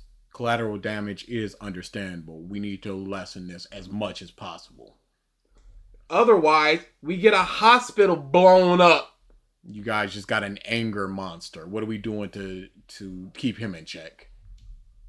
He's infiltrated the government and tried to kill thousands of people with airships that the government built to keep surveillance on the world. This was you. You did this one. Sokovia. Okay, yeah, that one was our fault. Also, look at how Ross Okay, said- so now you can point something that was their fault definitively and say, hey, what if the next one is double the size? Perspective. Why'd you say that weird? In the comics, the event that's... That's funny. Is it? I laughed. We hit the mark. Oh no, Reed. And speaking of Mark. Oh no. Yeah. Oh no. I don't wanna. Not Mark. We can't escape from this guy. What?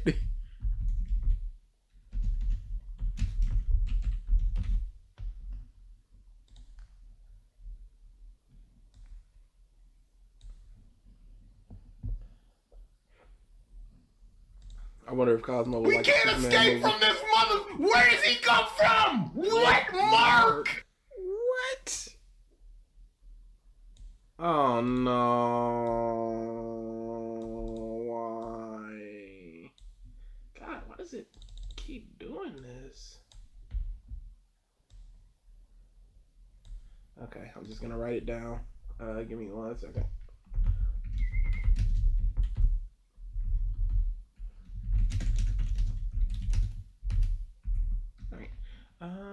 We got that. We got that. Oh dang, we are Mark.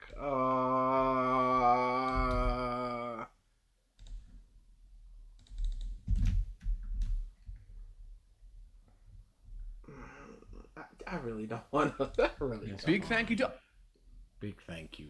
Omni Heroes. Big ups, Omni Heroes. 6 million for that Cosmo video, really? Weakness in Ippo's game, one that he at. Nevertheless, the coach encourages Ippo to follow Takamura in preparation for Kobashi during his training camp, within which they discover a weakness in Ippo's game, one that he remedies right away through targeted training. And as a quick aside, prior to the quarterfinals fight with Kobashi, Ippo is interviewed within school for some college thing. And it really made me focus on how I'm not sure if I'm fond of Ippo as I should be. He doesn't... I don't want to hear the rest of this. No, I don't want to. Mark. I don't want to watch the rest of this. You darn fool! I don't want to watch the rest of this. No. I'm about to refund these points. I'm not trying to watch this. I'm not trying to watch Mark be wrong about Ippo. You got everything you needed with the. To be fair, this is the man that said I ain't get Zoro until like Oh, chapter my 700. That's not fair at all. I don't want to watch this. Zero taste. Dude, I really don't want to play on this. What if he really seemed... Okay. Focus on how I'm not sure if I'm fond of Ippo as I should be. He doesn't really seem to have any obvious flaws beyond his own meekness, which would be okay, but he always seems to be pitted, as of late, against these underdogs or sympathetic characters. I mean, if we stop to think about it, but his meekness is the entirety of his character that he's trying to overcome. Yes, what does it mean to be a monster or strong? Strong, yeah. That's. I'm sorry, monsters cross this line is what I was thinking. But yeah, I don't see. You say he doesn't have a flaw other than this huge flaw. Auction ends in 3 minutes. Naturally gifted power puncher. Has a mom. He's not naturally gifted. It's from working basically at all times. He had to work for that punch. Cat on screen frozen? Oh yeah, it sure is. Oh, that's crazy. Let's refresh that. See if that does it. Everything is falling apart. It truly, truly is.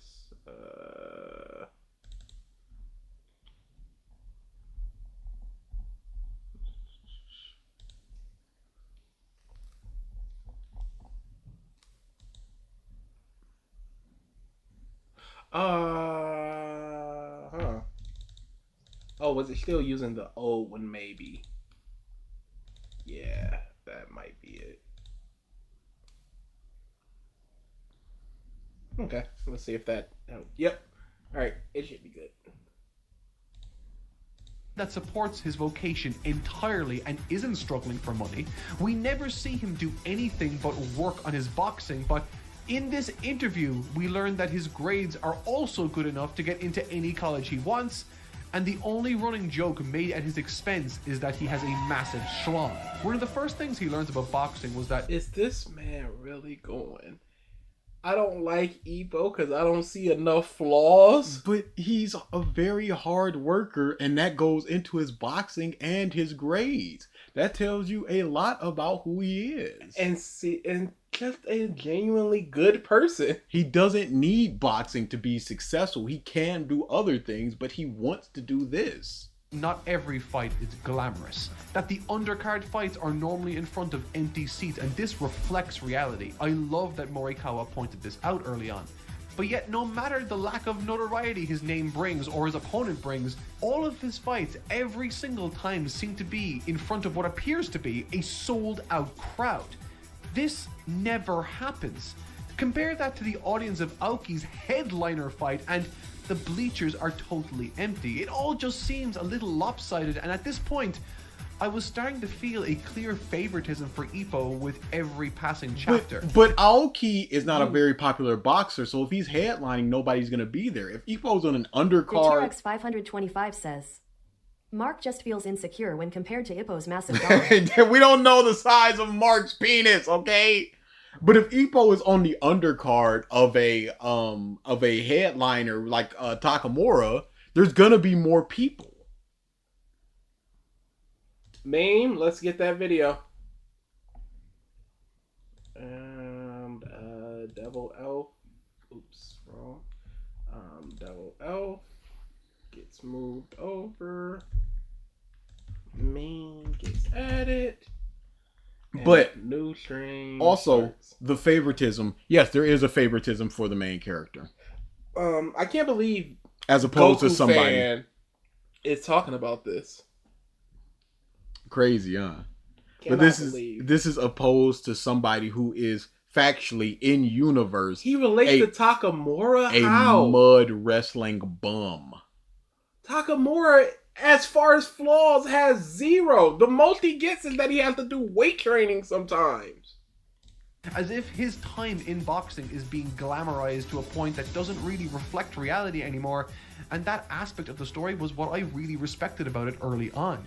In the end, Ippo, through difficulty, overcomes Kobashi for the win. As characters go, Kobashi was again another character I found an emotional connection with, as he didn't really think he measured up to anyone he fought. His style was one born from insecurity and a lack of confidence in his own abilities. The fight was great, and I think I was cheering for Kobashi all the more during it. This man. Alright, we've hit. Oh no, we got a couple more.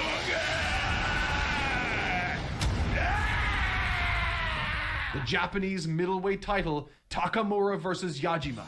This fight, and indeed Norable the fallout says, from it, are Guys, what I think Mark needs help. cemented He needs Takamura some. as my favorite character in this story, and what's more is offered in addition to some wonderful action, a subtle and compelling story of a man trying to live up to the ideals he set for himself and other people. Look at the difference in how he talks about these moves! Oh, that's crazy. What are we doing? Despite the toll it's taking on his body. What toll? He misses weight sometimes. That's the main thing. And then once he stopped doing that, what's left for the man? In the story of Hajime no Ippo early on, there's a clear sentiment expressed by Morikawa through the likes of Ippo's coach and owner of Takamura's gym. Boy, he was monkey facing some black people back in the day. Holy. That he feels Japan is falling off on the world stage in terms of boxing. Unlike the United States or other countries, Japan has never had a world champion. And unlike the 60s, 70s, and 80s, the future doesn't look too promising as boxing has become less popular. Wow, that's funny. His editor had to correct him. Yeah, we started late because we were in the middle of a burger competition. Ippo, that fight that he was talking about, Ippo is on the third match of a 6-match card. So somebody else is headlining. He is super undercard. And this is a stand of 5 or 6 deep. Yeah. Really? The T-Rex 525 says, There's maybe. Also keep in mind also, Takamura is a huge pervert. You'd think he'd be opposed to his character given his Catholic Puritanism. No. But yeah, the stands are not full. I think that is a big thing of he needs to find something to complain about with Ippo. So he goes, this guy who's not a good boxer isn't getting the recognition, and his headliner is not getting the recognition of Ippo in the undercard. Hey, I don't think that that's very fair. Yeah, I would agree. Auction ends in 3 minutes. Influence you in some. Hooray. 238. Dang, this is basically where we stopped. Upon himself. Something Demon Slayer has always been about is the value of other people in your life. Has it? But, okay, something that Demon Slayer has always been about has been redemption. Easy to say. Yeah. So it's always been about overcoming trials through the help of other people. It's always been about everything if you can find 3 connections to it. Shut the f up. Not just you. You are you and everyone who shaped and influenced you in some way. I really go into this in pretty much the true purpose of Demon Slayer in my Nobody Understands Tanjiro video, but to save you guys the time, there's a reason why all of these people jumping Muzan, battling against the upper moons, and all of their plans worked out, and it's because they had other people they could rely on. Muzan yes, because they weren't strong enough to do it by themselves. Yeah. What happened when somebody was strong enough, like against Rui? He just cut off his head and kept it pushing. Yeah. But if you're not strong enough, you're gonna need help. This isn't a theme or anything. This is just simply you're stronger than me. We gotta jump you. Yeah. We got to do 2-3 deep as opposed to just this 1-on-1. One muff ain't taking out Muzan. Meant to be taken down by one man alone. The story didn't even let one person have the final hit on him, but the combined might of Giyu and Tanjiro, the 2 characters who started this story, combining the last of what they had left to create one last red blade. Everybody made Muzan's defeat happen, even including Yoriichi himself, as again, had he not done what he'd done, nobody would even be able to combat the demons. This is why flashbacks are pretty important to Demon Slayer as a whole. Nobody said that flashbacks were unimportant. It's the unimportant flashbacks that are unimportant. Yes, as always. Ball Demon getting a flashback once he dies. I mean, not Ball, Hand Demon. That is unimportant. That is worthless. The worth would be in having it peppered throughout, like flashes during, something like that. No. That's the importance of learning about the dude that created breathing. Yeah, I feel like we should learn about him as a normal story would tell us about him. Because they typically there are at least 5 or 6 flashbacks that don't matter, absolutely, and I'm a testament to them because I did not read them, and I'm perfectly fine. Showing you what somebody else has done for the character, or how their words encourage them to push forward in one way or another. Pause. Hey, it sure is lucky that Tanjiro can just flip into the memories of these characters and see exactly what they're talking about. I don't think he does that. Oh, but he does, though. He's just there. So he can experience what they're talking about. Boy, that sure is good. Yeah, that's good writing. Those words of advice or encouragement to his friends are something that constantly come up in the final arc, making these characters continue to fight with their hearts and souls against as opposed to the other manga where they just fight with their lust. Like, what the people fight with their heart and souls. Of course they do. They always do. I don't know what Demon Slayer does to mobs. Man, I'm so sick of this. It's unwinnable odds. Not only this, but when we really look at the entire plotline of the Hinokami Kagura and the sun breathing and how it all comes together with Tanjiro witnessing Yoriichi himself do it, you're supposed to realize that Tanjiro was the failure. He wasn't crying for no reason at those times he lamented his ability to use the sun breathing, because he was actually correct. Everybody before him, including his extremely sick father, Norable was says, actually... We gonna talk about Genya's fucking magic stomach. Like what? No, we're not. Shut up. What Mid does to a moth. Oh yeah, the flashbacks don't even get told to the other characters, so making them even more worthless than they already are. It's for purely the audience and the catharsis of their liberation, the demon's liberation. The theme, monsters to theme at it. Cause, make no mistake, the moths is theming. able to practice the Hinokami Kagura to its fullest extent except for him. The story even very much implies that Tanjiro's father was the closest thing this world has ever came to reproducing Yoriichi. So how did such a failure directly produce the results that nobody before him could? You can come up with a few different answers here, such as teamwork or Yoriichi's groundwork from centuries in the past, but the message remains the same: the power of other people in your life. Bro, you can't. That's crazy, man. Goofy. This is just the goofiest. Wasn't the Stone Hashira seen as like the strongest Hashira, and he lost literally everybody? Giyu created a form, and he felt like he sucked and had nobody. The power of other people. One Piece. The only reason why Luffy's able to do hockey is because of somebody else. Name me a show where it's just like I'm a lone wolf and I ain't doing nothing but for myself. And I never get anybody else to help me, and I've never grown. I don't have any development. When did we start this? 12. Mitsuri was like, I'm a strong woman, and dudes didn't like that, so I almost got married off. Episode 19. Yeah! Then just don't matter because she was fighting the fourth strongest demon. Yeah. How y'all let Corey get off with 22K? I feel like this might be the final auction I'm doing right now. Strong. Yeah. You're going for about 2 hours. Yeah. Final auction, so this is the last one. Win, lose, draw, whatever. Let's get somebody who hasn't 525 won. says, So if you've... I don't recall the story ever even showing us his daddy teaching Tanny the dance. Only a panel of Tanny play dancing with the dog Nezuko. He watched the daddy doing it, so and he has perfect memory, and he can hop into other people's memory. Mm-hmm. Yeah, last vote. Only do it if you haven't won one yet. Yep. If it hits 650 and nobody has bid that hasn't won, then y'all can go at it. Hope it did it. Okay, yep, we're good there. We got another minute of this. Is where the true impact lies. What you do for others and with others can sometimes have a greater impact than you normally think it would. Yeah, all people. They killed the strongest demon of all time. There's no stronger impact. The domino effect that many of the characters have in the series is so crazy that you have to reread Demon Slayer to truly understand what you were reading.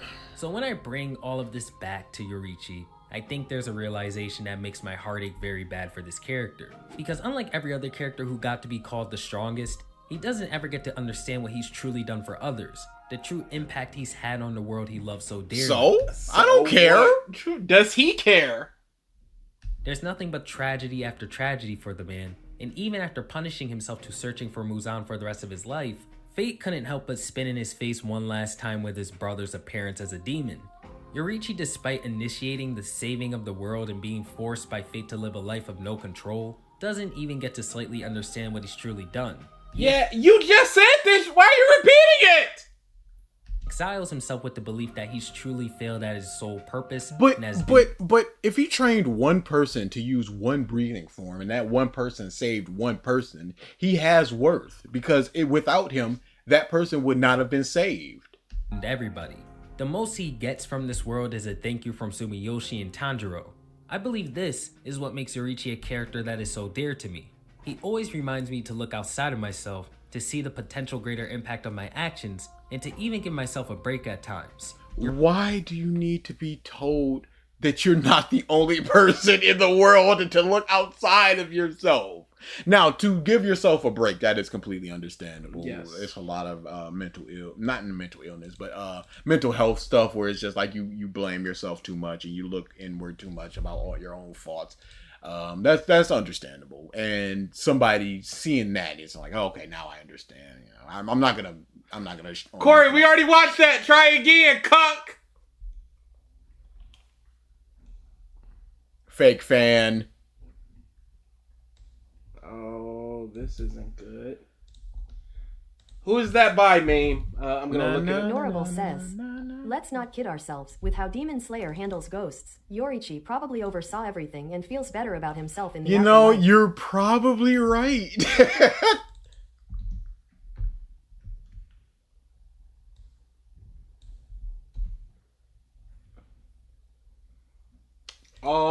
10 years ago. Oh, dude. 10 years ago? This is pre. What? No, wait a second. Why 2 minutes in are we getting Super Boo? Hey, why are you asking a question?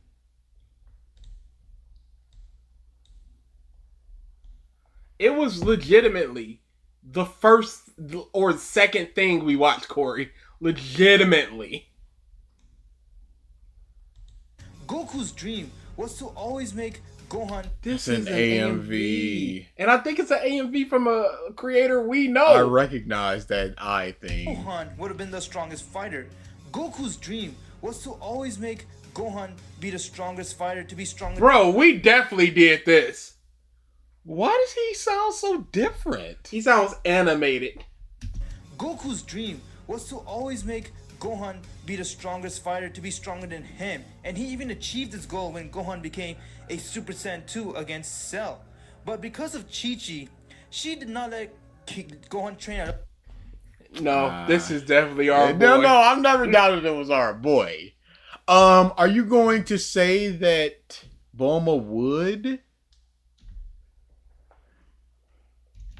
She did not care about the world or the safety. All she cared was about Gohan studying and that he become a big scholar.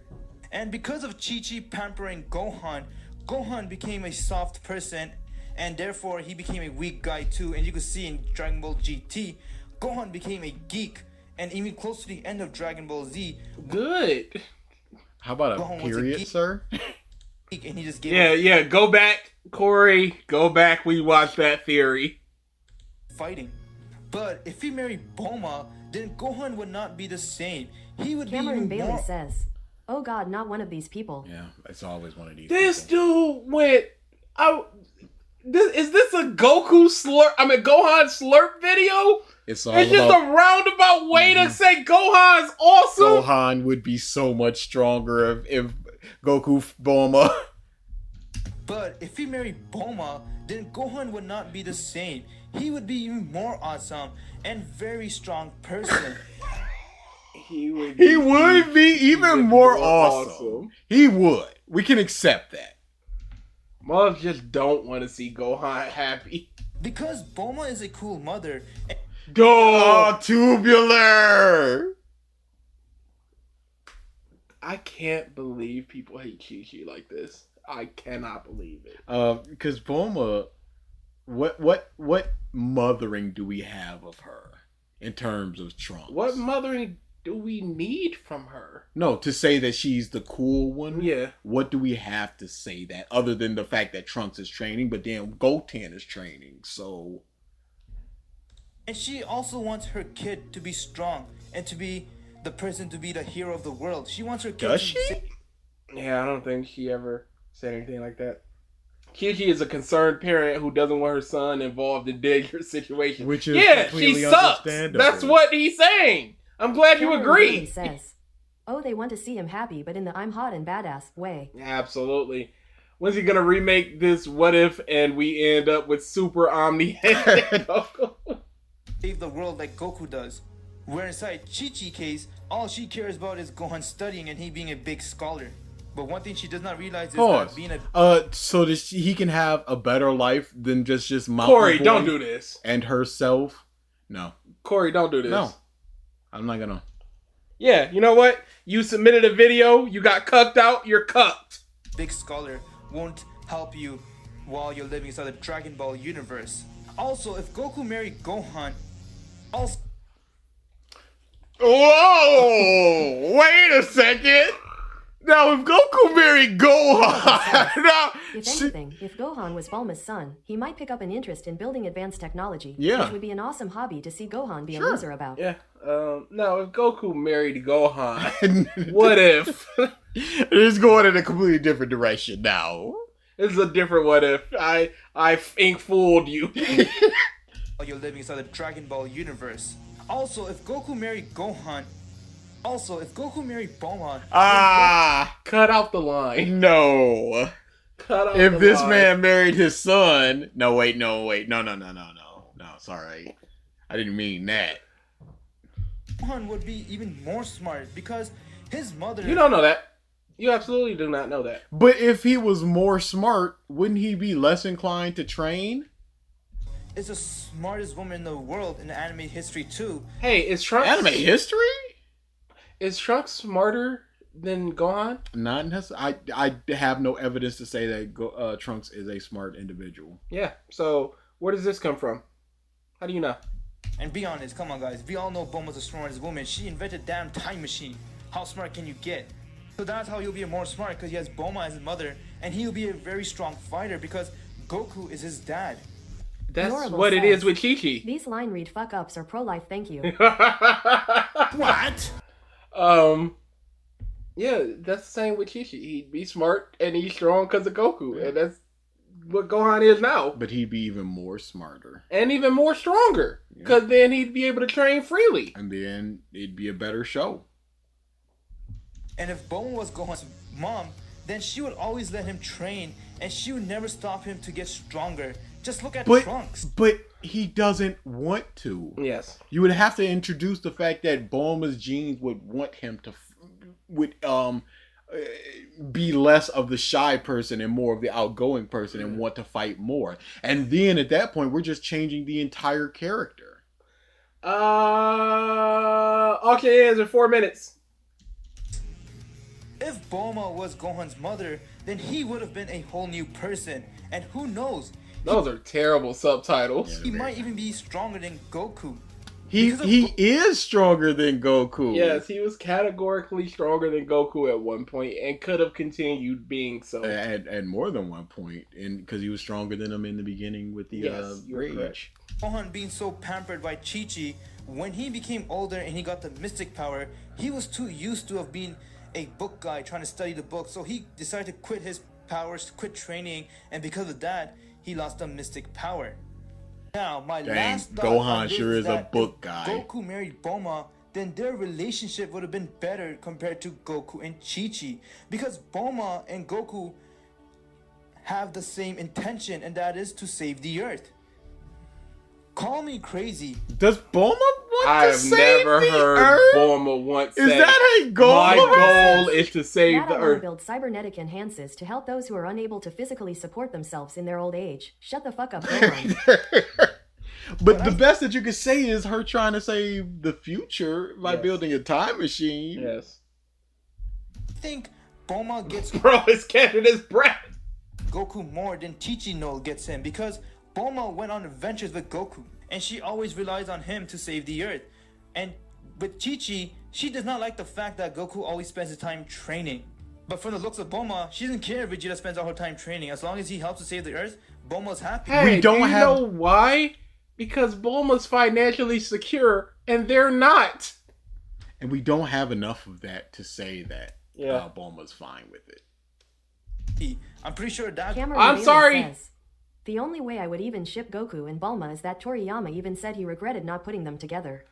I'm sorry that Goku, that Chi-Chi is mad that Goku isn't more active in his child's life, and Bulma doesn't give a Chi-Chi's so active in terms of her son's life and the father, and Chi-Chi just like whatever, and Bulma's just like whatever, and T-23 is like, that's what we need, cause strong girl suits Goku.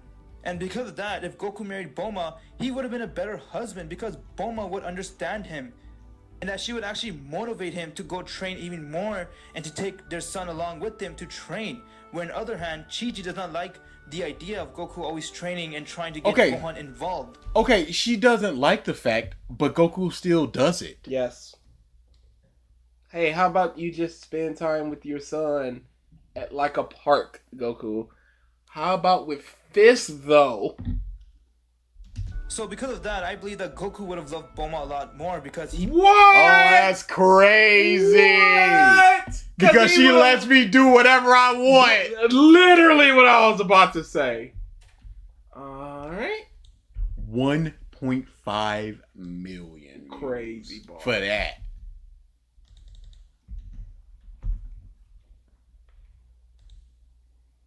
Times up 32:16.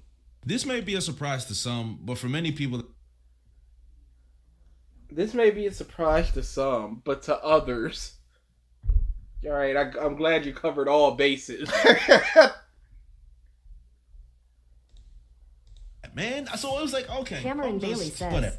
also people like Bulma more because she has bigger tits and looks hot say I'm wrong. Oh, yeah, for sure. I can't say for sure. She's more waifu material, if nothing else. Bro. I'm like, whatever. Then, Amnesia. The Amnesia and Oshiruko was insanity. I think we can all agree. That was bad. These are terrible cuts. Yeah. It's super pissing me off. Oh TikTok. My God. It's big TikTok time. Oshiruko was insanity. I think we can all agree. I don't like framing the argument as we can all agree on this thing, because that makes you, as the person presenting the argument, make lesser of an argument because you believe that it is something that's already known. I'd also dislike it, but for different reasons. Mostly because if you're a person that goes, hey, no, I don't agree, it's like you're being a contrarian as opposed to you having a valid reason for liking or disliking the thing that everybody else understands this, so what's wrong with you? Nami the Goat says, Drizzit helped him make this video, by the way. Slid him them notes that he's never gonna put into a video. I see you, big up Dritz. Hey, how about you write your own shit? Bad. Like, Big Mom's Amnesia was so bad, all agree. I think we can all agree that was bad. Like, Big Mom's Amnesia was so bad, Big Mom turned into the biggest plot device and wasted plot device I've ever seen. Big Mom... It's... Every cut he's zooming in, and then the next cut zooms out. I mean, goes back to the original state, and it's just constantly zooming out and then coming back to the point where it's just very annoying. You can't be mad at Dritz for hating Kiki in 2025 is crazy. Bonkers. I'm sorry, I'm having a hard time even grasping his words. You are fucking lying! So because annoying. The cuts are just so annoying. It's really annoying. It's clear that he or his editor did like a truncated thing where every silence auto cuts or something. And they just went, all right, that's what I needed. Into the biggest plot device and wasted plot device I've ever seen. Big Mom's Amnesia was solely for the purpose of getting them out of Udon and nothing else. The Oshiruko chopper leading her in there was crazy. I was just like, what is this? I was like, wow. That's definitely an argument. It could be said that it's taking a major player off the board for a certain amount of time. There's the threat of her constantly regaining... Shrimpo, you've won already. I'm not letting you win. There's also the threat of her constantly being right next to our crew and the people that we care about, so she can always come back at any point in time and get the revenge. So there's tension there. There are things happening with that as well. I don't remember too much of this stretch right here to say, but I don't appreciate the argument of just... Drizzt said Elbaf is way better than Wano and Egghead so far. Why? Why you keeping track of Dritz? Obvious reason. Need to delve into that more. The Big Mom Amnesia was bad. I'm just not with it. That was terrible. A pool was a waste of time. Bad. It's bad. And we all know that it's bad. And it's a waste of time. What? This is a major issue and you've got nothing to say about it. This is 30 minutes into this video. This is a main character. This is something that you had a big issue with. And you just said it's bad. Big Mom Amnesia was bad. I'm just not with it. That was terrible. Apu was a waste of time. Apu betrayed Kid. Kid was supposed to have beef with Apu. He did. He smashes him against the wall once, and then Apu just escapes. Runs off willy-nilly. Is trying to use the numbers to fight in the battle. The numbers end up not doing anything or just getting washed. And Apu's is like, you know what, Drake? We should just get out of here instead. And he just disappears. And Apu serves nothing in the story outside of holding the antidote to the Ice Oni virus. And then getting washed by Zoro. And that's he had no purpose except his purpose. Apu didn't do anything else. Apu was a waste of time. Hawkins. Oh my God, nigga. Oh my God. Hawkins. Comedy Central. Hawkins was Comedy Central. I have never seen someone behold so badly. He catches Law talking cash money. He traded sides. Law off-screens him and dismantles him. Bro holds out a card saying somebody's got 1%. There's a 1%. Wait a second. We have an issue with Law, one of the strongest and most busted people in the verse, handling this dude that we have not seen fight really at all. And he's a factual underling of somebody, where Law is his own person and has been for all this time. Hawkins is so perceivably weak that he would need the protection of Kaido and his crew, whereas Law is going directly against Kaido. Yeah, I can understand if he wanted Apu to do more, but what he's just going is, Apu did nothing about, explain the stuff. I always said it would have been great if Apu and Brook had a music battle. That could be something, but him just going, I want more, and not offering what could be changed, that's an issue.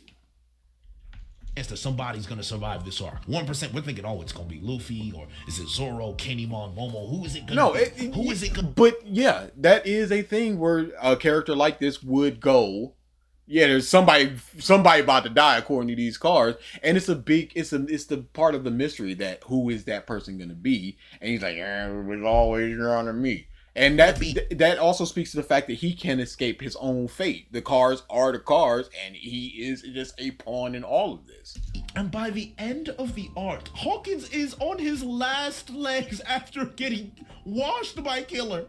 And he looks at his card and he's like, the 1% chance of survival was me. No, he didn't look at his card. He always had that in his mind. He said the 1% that I was talking about was me. Can you really describe what you want when the story... DA literally just described what he wanted, which was a music battle between Brook and Apu. Yeah. It's not... I don't need an intricate, point by point, I want this. This is what should happen. And then you explain it for 7 minutes. I would like you to offer ideas of what you would have liked to see, other than I would have liked to see more, or I would have liked to have seen something that's not this. Was this the guy that was being a big baby about the raid not failing? No, that was Mr. Morge. You mean from an individual perspective in that instance? You mean... Because you don't know where the story can go, so you can only react on what's written? No, but again, you can say, hey, I would have liked to have seen X. Yeah.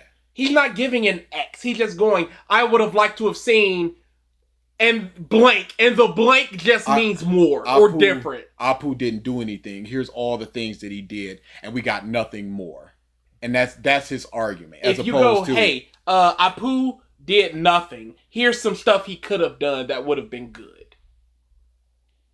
Just offer something more than just, I ain't like it because he ain't do nothing.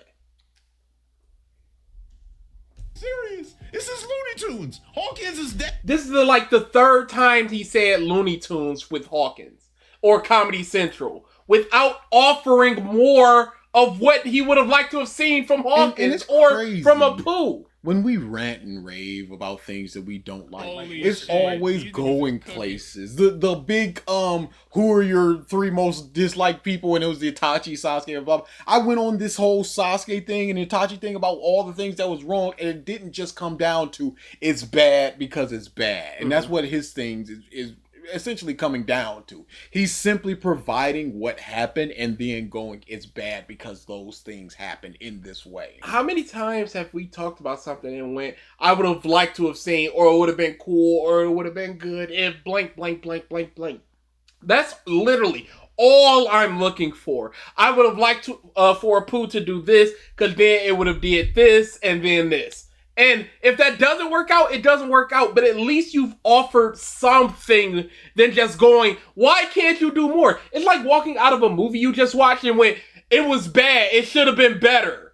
Well, that doesn't give me anything to work with. That doesn't tell me anything about the movie except you think it's bad. You talk about the things you think in it is bad and then go, it should have been better. I want y'all to deep that for a second. Hawkins is dead. What did he do? What did Hawkins do, bro? What was Blood even doing? Hawkins accomplished nothing. The entire arc has served as comedic does he relief. Need to accomplish something? In order for... The only thing is that with the supernovas, you expect them to do big things. And I'd say 70% of them are doing big things, so it makes the ones that aren't doing big things look like it's going on here. But he's a high-ranking, or at least high enough ranking person in Kaido's army. Yes, he's a high-ranking person in his army that we don't get to see really accomplish anything, and that's part of the issue. Was supposed to be taken seriously. Hawkins was a disgrace. That was crazy. So we got 3 supernova in the arc. Drake, Hawkins, and Apu that were all virtually useless. They did nothing. They were a disgrace from the beginning to the end. 3 supernova gone. Capone and Oak was frying. We all love Capone. Bonnie, great and Egghead. Hey, what did Capone do? He did make the plan for... No, he made the plan. He got... Cameron what did it Boone accomplish? says, guys, you know that if any character is in an arc, everyone should play a part, otherwise they're useless. It's storytelling one-on-one. How is what he did any different than Apu holding the antidote? Because he, without the plan of we need to enrage Big Mom to the point where she is vulnerable, they would have been killed earlier. Without the antidote.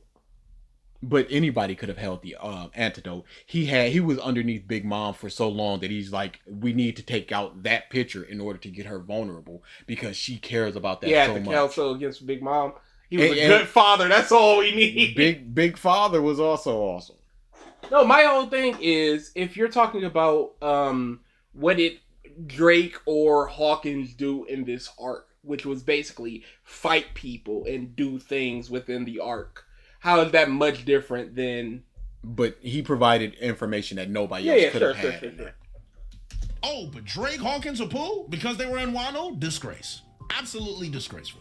One thing I also didn't like is how the arc wasted your time with a lot of small things that we didn't need. Like Onimaru and Yukimaru. It was a nice story. It served no purpose to the arc. It was wasted time. Wasted time that could have been used to flesh out more things that Oda had already written in Wano. But because Oda had so many things he wanted to put in the... How long are we away from the end of this? We're almost at the He end. realized he didn't have enough time, so all the stuff that he had wasted previously now just ring hollow. Like Toki. What? Like, are we ever gonna find out what she did in the Voice Century? I mean, is she ever gonna talk about it? If we find out what she did in the Voice Century, that would tell us what the Voice Century was. Yeah. It would give us more information about that. And this is not a story about getting the information about who would have that information about what she did. The arrows, who healed the scabbards when they came? Was it Toki or not? Who was it? I think it was Iori, I think. He also sacrificed his ship to distract Big Mom. Yeah, I'm with it. Okay, but she didn't serve any purpose besides to have Momonosuke. Outside of that, she didn't do nothing. Y'all can't tell me you like Toki because you don't remember. She's been dead for 20 years. Yeah, I don't know what she's supposed to do. I don't know what more she's supposed to do there. Yeah, it was Hiyori that was healing them. Oh no. Yep. Shrimpo's already won. All right, bid is open for everybody.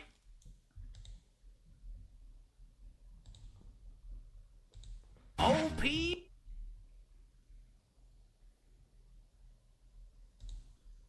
Only one panel 400 chapters ago.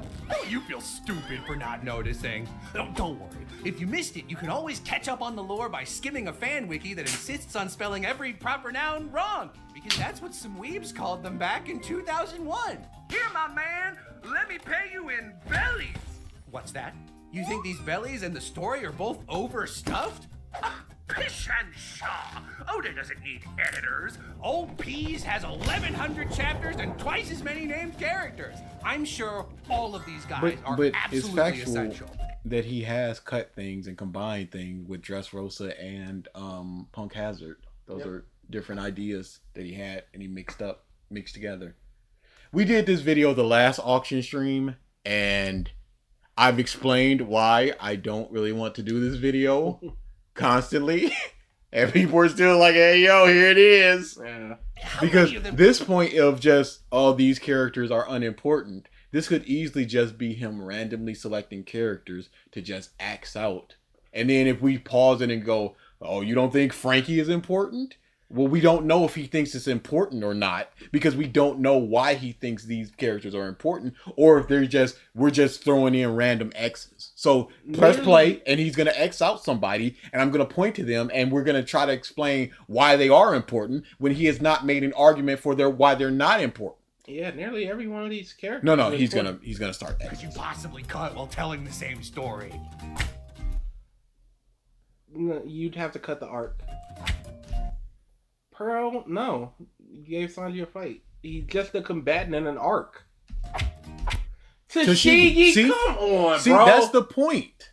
See, now we have to go, why does he think that Tashigi is not important? And then we have to explain why she is important when he has not made a single argument about why she's not important. I don't know if he believes that or not.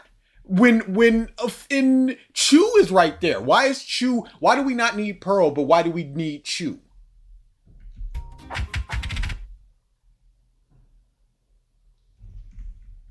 Telling the same story.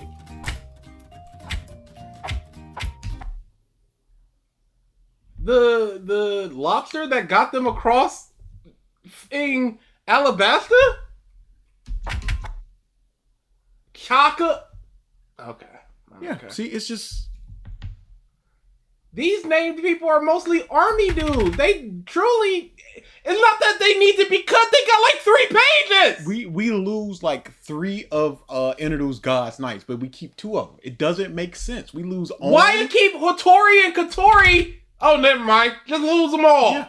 See, it doesn't make sense. So something like this... So why is Satori kept? We don't know. And that's why I don't want to do the real this. Mr. Because Impossible says, this part was so infuriating because he cuts extremely yes, important and that's characters. the point.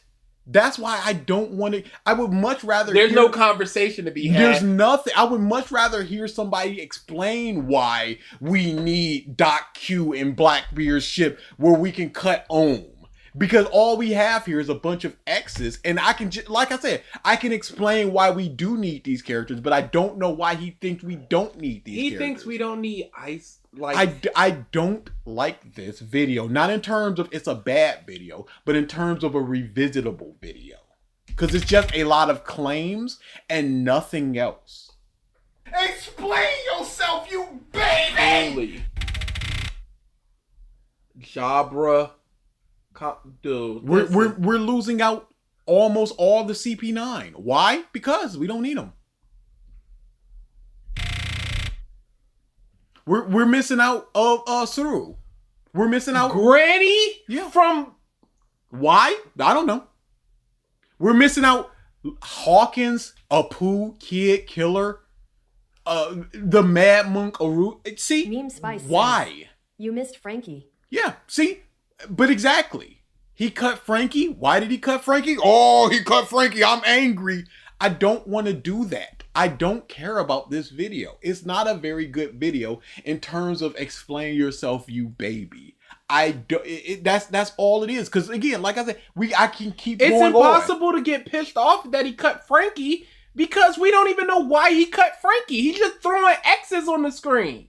We're missing Boa Hancock's advisor who explains the love issue because she went through it. So we're missing out on half Boa's story. Why? Because it legitimately is bait. And once you do that, what are you supposed to do? Oh, he cut Frankie. What should we say there? Why would you cut Frankie? Well, we can't continue any further because we don't know why he would cut Frankie.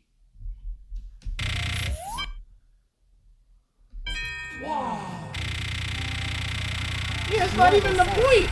Bait used to be believable. Yeah, legitimately. Oh, that's at least 5 of them.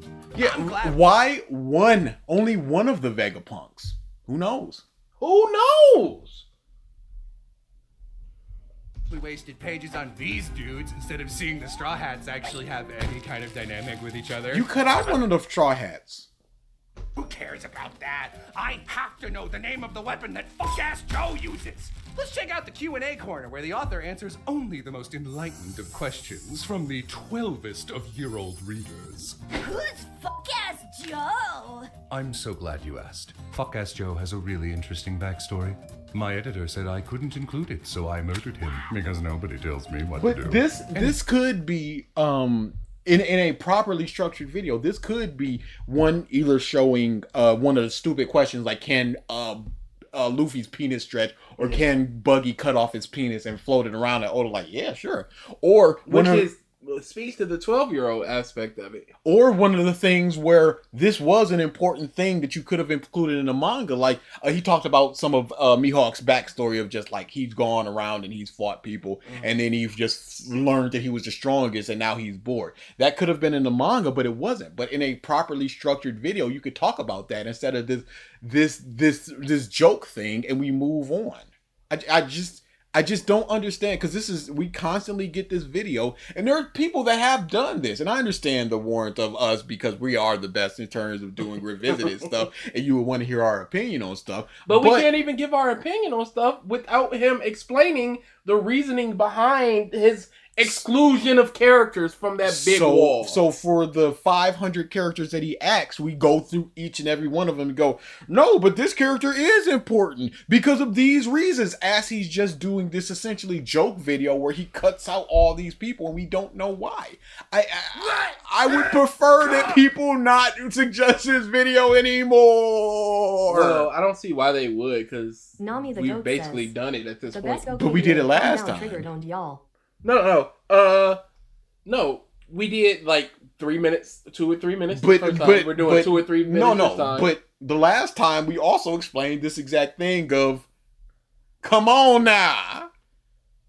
You missed the irony. He complained that Robin doesn't get fights, but he removed all. It's just bait. Like, yeah, and it's a joke video. He's either doing this on purpose or he's just bad. Yeah. Either way, he's not explaining himself, which is what I want from a revisited.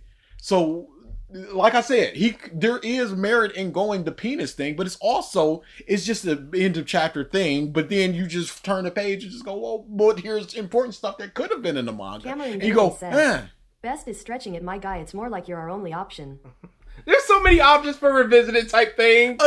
Minimize the video. Right there on the right, Jello Apocalypse really doesn't like One Piece. They talk about it. Down. Yeah, right there. But also that video at the top. I don't know. No, that's from a year ago. So, but yeah, I know of at least 3 people that have done this video in a more structured way that they can point out sort of things. You know, there's merit in that and there's merit in this. But if you want that analytical opinions about this video, it's out there. And we are the best. We all know this. This isn't dispute. This Revisited has always been, I don't want to do anything that I wouldn't watch personally. And I wouldn't watch somebody taking down this video because it's half jokes. It's a quarter not explaining himself. And then probably a quarter of legitimate arguments that are not properly expanded on. There is literally a compilation of streams that goes over his opinions of One Piece. People are too lazy to actually look up his opinion in detail. They're also super, super long. And I heard some of them, and it is, from the little that I heard, it is, a bit of it was the JD thing of this is boring, this is bad, not really explaining yourself, you baby.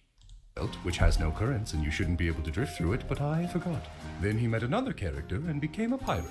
Thanks so much for your question. Lick the syrup off of Nami's body. Watch as breasts grow larger, negative space grows rarer, and the art gets sketchier and sketchier because the artist would literally rather kill himself than accept help from or credit any of his assistants. Don't worry, Oda is actually just being nice and making his art worse on purpose so that the anime doesn't look as bad by comparison. There's just no comparison about older images versus newer images, how he changed Zoro's face to be more square and more easy to write or draw or anything. There's just nothing about that. Just it is. And I can just go, no, it's not. Auction ends in 2 minutes. What was the timestamp on this one? From the beginning. Oh, from the beginning. 107 views! The world is on fire.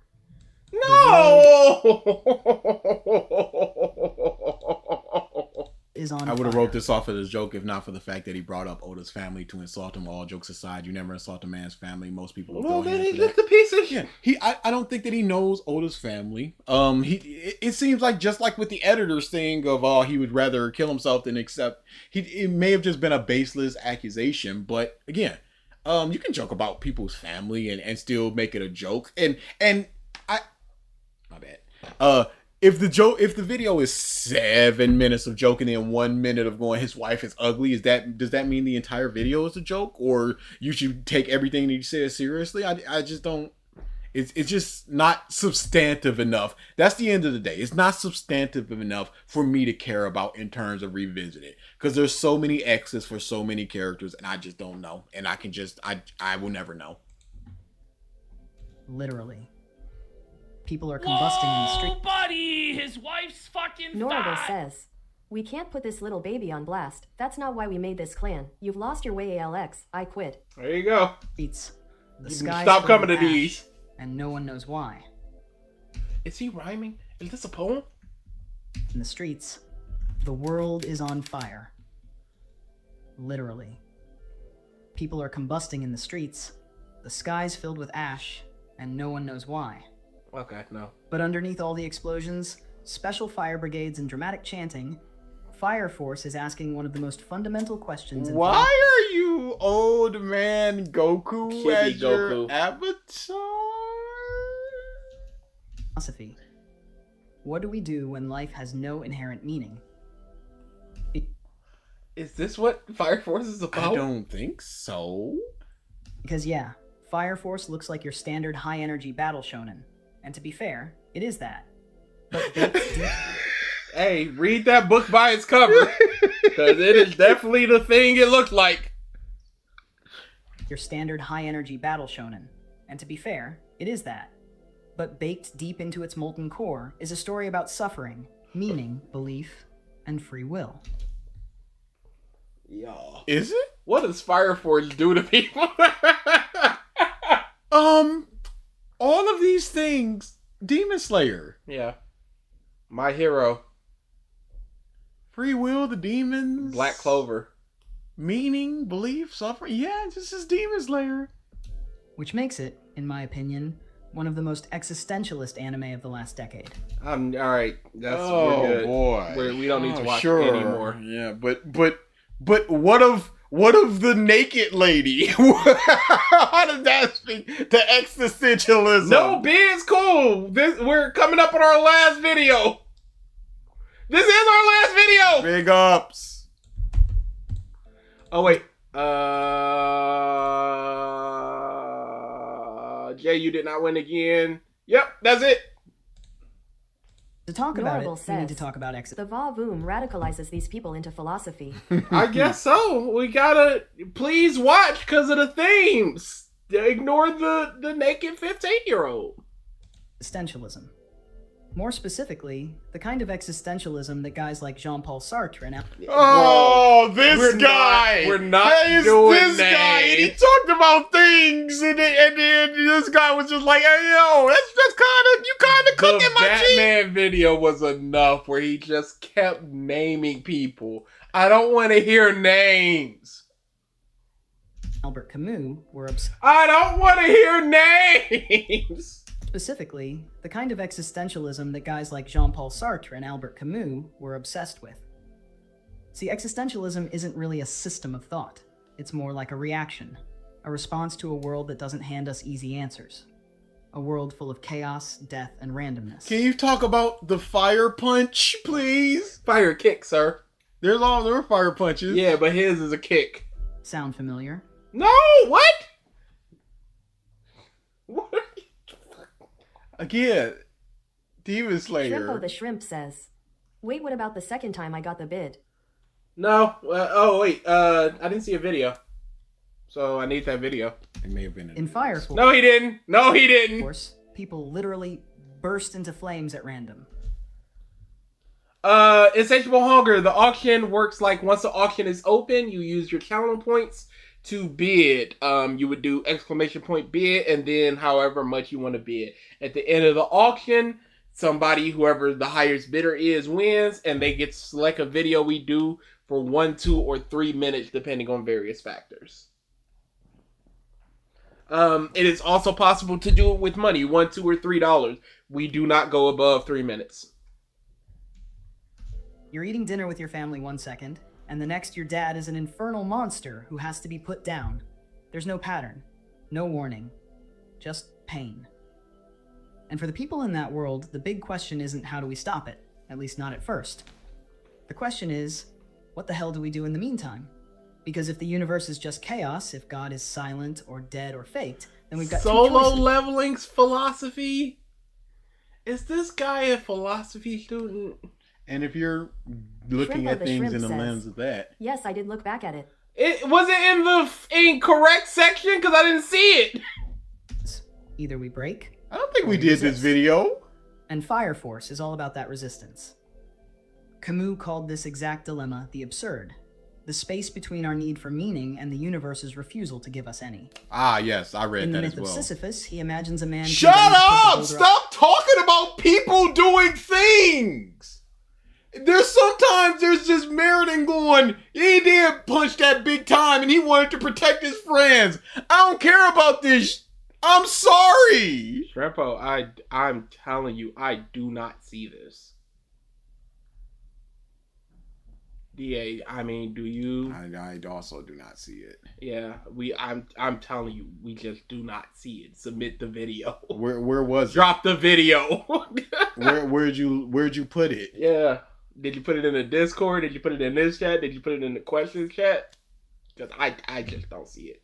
And we can only go so far back in the live chat. This is my personal take, but if we're going to do something involving philosophy... Spice says, I love how I find these obscure videos. Not me. Oh, it's demon time. Oh, it's demon time. I hate that I had to ask him to do that. Thank you for the super chat. Now I'm going to go Fire Force because reasons when we have to do the Naruto one.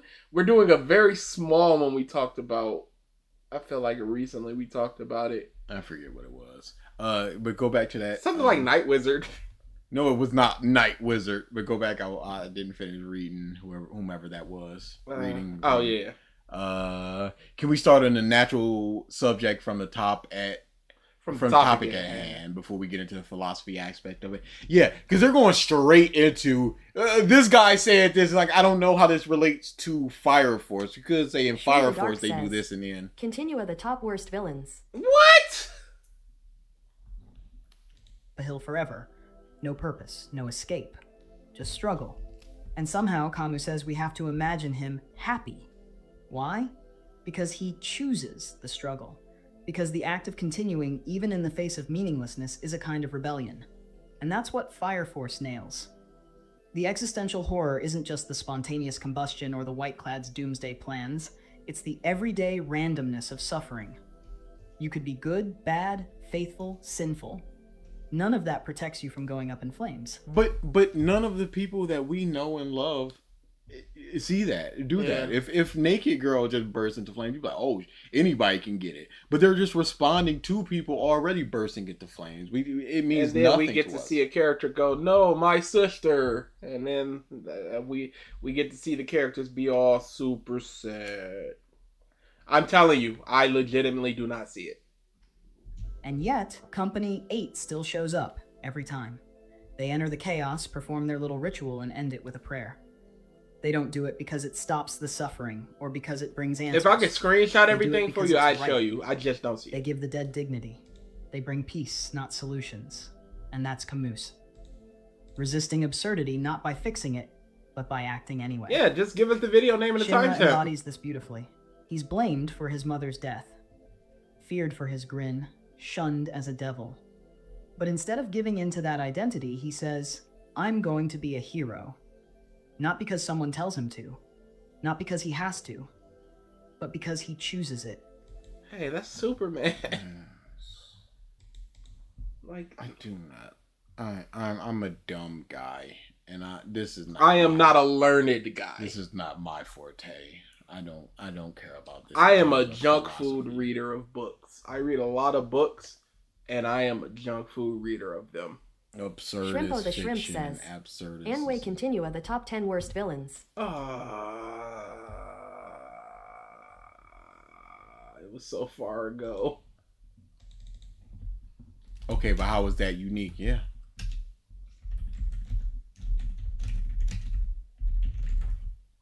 How to keep unfair fights interesting. I might have to look at that. She really thought she could keep going after all this, and it's dumb. This is dumb. This is dumb. This is dumb. This is dumb. Didn't we just have this argument about just screaming dumb? Okay. If you want to paint Tsumugi as the unsympathetic villain, why not switch the dynamic? Have the protagonist. But this is what I was talking about with the J thing. This guy is offering Universal solutions. Instinct Goku, That's Angel Seed loud. Goku, Autonomous Dragon Force It doesn't let me Goku. send a link, but how about some good old versus Prime W versus Madara by Whitebeard. what? Whitebeard. Oh, Prime. Prime W Whitebeard versus Madara by Tora TV. Sure, we'll do this. This will be a last one. Thank you for the super chat, Insatiable Hunger. Protagonist be the one to tell the audience that he and his friends are fake and that What? their existence is a waste of time. No! That way- We're not doing that! You just said! We're not doing that! You just said! You get it next time! No! We got a power scaling! I feel like you can swap out the Fire Force Company 8 with Cops and Infernos with crime rates, and it'd be the same. And that's also the point. It is an allegory to our real world. No! Power scaling! Power scaling!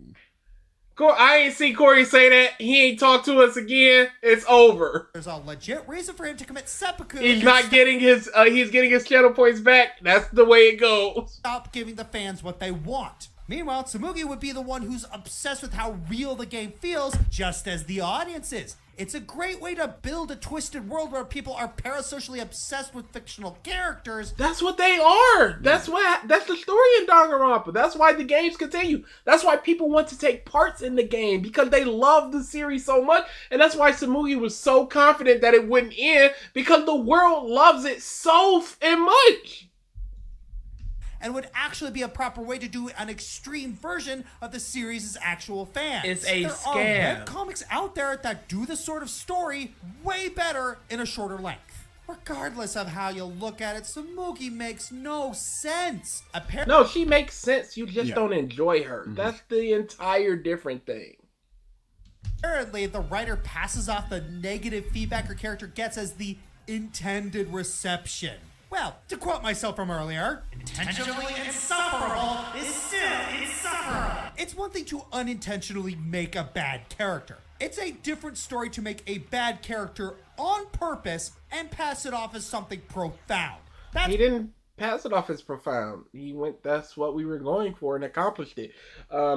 Whether that's a good enough explanation for you is another thing. I personally don't think that it's bad on purpose is a good enough explanation to enjoy the badness of it. But if it is, I didn't like this character. It's like, yeah, you weren't supposed to like this character because we made a character that's a villain who's going eat up Piggy. And if you don't want to be the person that's eating up Piggy and you want to see these characters rise up above this set path that this person has put them on, well, you're gonna go against her and you're gonna not like her. That's what Tsumugi is. Fighting She's a Gimmick lousy says, attempt at... What's the context of that negative reception? Is it based off of the actions of the character or writing of the character? I don't remember. I think people didn't find her to be good enough for the role. Yeah, she it was may not given. have been that she's a charismatic enough villain like a Junko. Yeah, we get two Junkos and then her, and they're just like, ooh, I don't know about that. Even spoilers, someone like Nagito could be seen as a better villain than her. So when you get these super energetic and or flamboyant, those types of villainous characters or even antagonistic characters, and then you get this demure, not really doing nothing. I said spoiler! being. We're watching an end of Danganronpa 3 video. And I'm talking about Danganronpa 2. The artsy, and the less we have of villains like her, the better.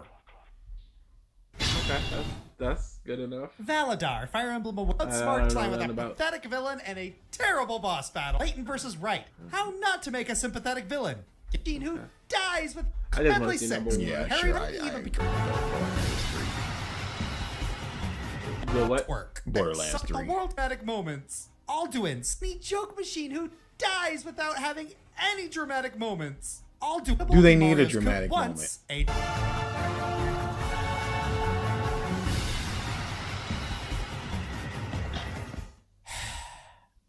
Xehanort, where no. Press play a little bit. do I even begin with you? No, seriously, it's Kingdom Hearts. I don't actually know. You started out fun. That's not funny. Just go into what you're. The angry reviewer stick has gotten so played out that I would just rather hear your point. Yes, instead of just I'm so exasperated. Keep playing. I want to hear what this first point. No, I didn't. That's just to get it ready. A once noble scientist king who let his curiosity get the better of him. Simple, nice, serviceable. 7 out of 10. Then we find out it wasn't him, but his apprentice. And then we find out the apprentice became a heartless and a nobody. And then we find out the apprentice is actually an old Keyblade master who is inhabiting the body of a younger Keyblade master who lost his memories. If you're talking about the convoluted nature of it, that is a one thing. But this seems like it is villains, their personalities, their motives. More of that. This seems like an issue with Kingdom Hearts, the storytelling and the story itself, as opposed to the villain. When he is very much in a lot, basically everything within Kingdom Hearts goes back to this guy, and it was this guy, but it wasn't this guy. Then it was this guy, but it wasn't this guy. But then later we get this is the guy. Or did he lose his memories? Also, the old Keyblade master is actually not evil? And apparently he's been you the whole time? What? That's not There what are as happened. many Xehanorts as there are plot holes in his character. We started with Ansem and I don't know how you can do a plot hole in a character. Yeah, no, this is the convoluted nature of it. I don't agree with this. This is just bad. We're moving on to power scaling. This might have been. This is just a video. Okay then. I thought, oh man, it's not power scaling. Oh man. Yeah, awesome. Hello there. I just created a Patreon account. It would be great if everyone supports me so I can keep working and develop the channel with better quality and faster. Thank you very much. Before watching the video, I really appreciate the support from Mitchell Keys, also known as Love One Piece Forever. I'm just doxing my man. They got a lot of subscribers now. I wish they would have. Hey, look at that, Madara versus Whitebeard. Who wins? Who does win, King Bullet? Don't do this. Power scale me. Don't do this. Meme Spice says, I still think that her twin would have been a great end bad guy because he is trashed on by his sister all the time, then realized he can do more without her. Yeah. Yeah, why not, buddy? We haven't even seen anything that he's done. He could be stinky. Yeah, but it's free for now. Yes, Whitebeard is planetary, and the One Piece planet is larger than any other Earths and most other things. That is provable. So he is stronger than planetary, in fact. Don't do this. How long ago was this? 2 years ago?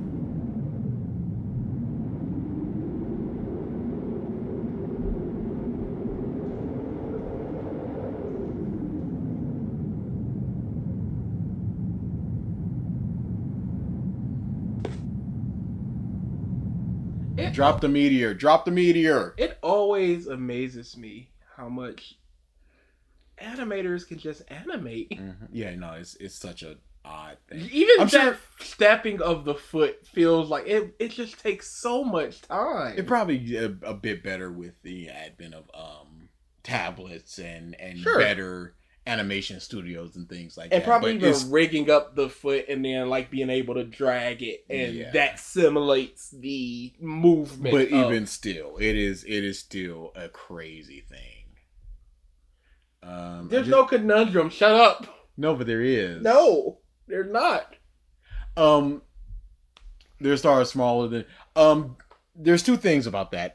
They're taking the average star, and they're also taking the average that it would take to explode that star, which, because the star is denser than Earth, it would take a lot more to explode that. So even if it is smaller or bigger, the density of it with which you need to explode it. Are we done? We are done. Why do I have a crown by my name? Couldn't tell you. It might still be the top fan thing. You can disable it. We disabled it for our chat, but y'all still get it. Yeah, like even that just running up thing. Like, it's so much work. This is kind of a way more talented way for kids to play with toys. Yeah, that's a good way to put it. You're doing things with your imagination of Superman versus, and instead of just having two action figures banging into each other, you're going, I'm gonna draw and animate. It's probably also a pretty good audition for Death Battle. If they wanted to just slide this over, like, look what I can do by myself. And it's also just drawing each, because this has to be drawn, and it's always just the frames of things that need to be drawn. Like, This is some 30 things that need to be drawn, and that's a lot. Like, even if you say, hey, this is an image, this is an image, this is an image, that's still quite a bit to do. But we see how fast Det draws. Like, we were doing our facts thing, and before it was over, he had something, and that's like 6-7 minutes. Like, Whitebeard kind of got the Kuma body. You're a chunky boy. Chunk-tastic boy.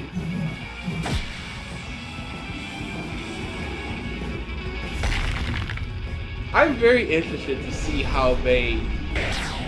Oh yeah, this is an audition. Because that was some real, like... I'm an anime for an anime type thing. There's speed lines and the stretching and the squashing and all that. Yeah.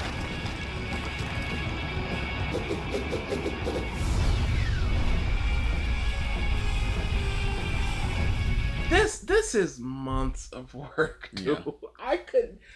But that's the thing, because people will build websites, and people are like, oh, I just don't have the dedication to do something like that. But more frames than 7 deadly frames. DA, who do you think will win? Who do I think will win based upon this, or based upon what I know about?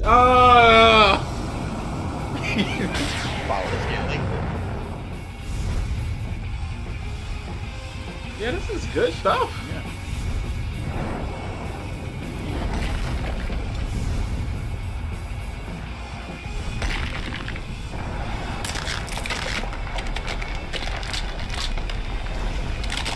He dropped the meteor too. Yeah. And that's the thing I was gonna say. Most of the things that Madara can do, Whitebeard has an answer for. So answer another power scale. And it does seem like the animation is leading more heavily towards Whitebeard than Madara. But it could be the old WWE thing of you're gonna win now, and then I'm gonna. It's a distinct style of that person. Yeah. Whoever that animator is, so you know who did it. It's no different than a producer tag.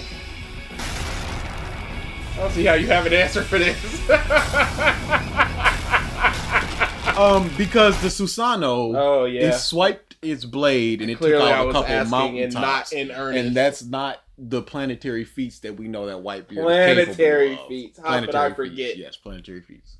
How could you forget? Yeah, he has an answer for everything. I don't see how he loses. So you even knew, even going in, like, yeah, this is a wrap.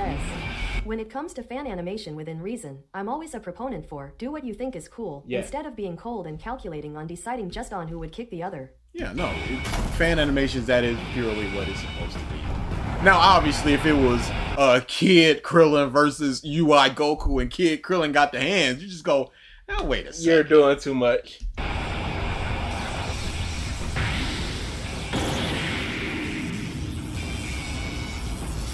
Yeah, this is just... Yeah, no. And it's logical for it to be like, okay, Madara, he tries the hands, doesn't work. He tries the jutsu, doesn't work. He tries the meteor, doesn't work. He tries the Susanoo, doesn't work. It's the escalation of he ain't got nothing against him. Yeah, this is a big rap, it looks like. Yeah. Oh, it's not over. Is that the majestic armor, Susanoo?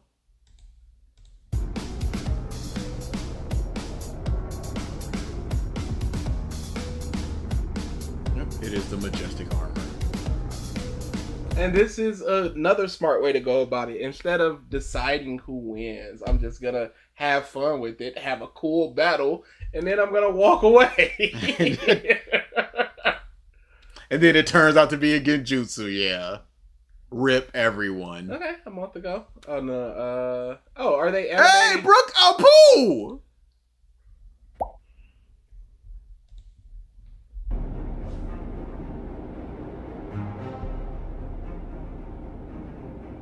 Oh yeah, he's gotten way better.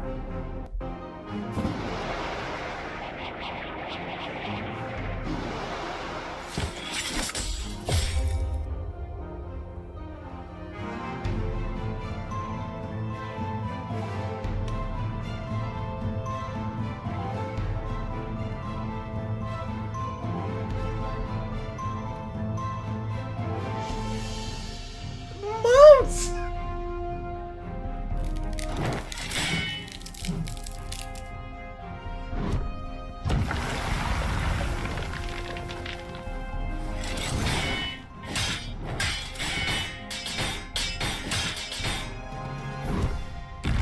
And then he goes into the music. Oh! Yeah. This is what I wanted! Yeah, this would have been great. And this is cool. Honestly. Go see what his most viewed is. It honestly might be that white beard. Yeah. It most certainly is. Joy Boy Saturn, Garp, Akka, Joy Boy, Sasuke versus Shanks, Kizaru. Oh, okay, so he's doing, hey, chapter just came out, I'm gonna animate it. Makes sense. A smart way to go about it, especially if you could turn them out relatively quickly. Okay, curtain down. Yep, we are out of here. I'm hungry. Oddly enough. I work with children. Yeah, we both took the L in the burger battle, and it's all bad. And it's heartbreaking. It's heartbreaking. Should not have taken that L. But what can you do? Complain. Complain, yeah. No. Loudly and often. And I will be for months. Months. This was more of a peanut thing, though, so.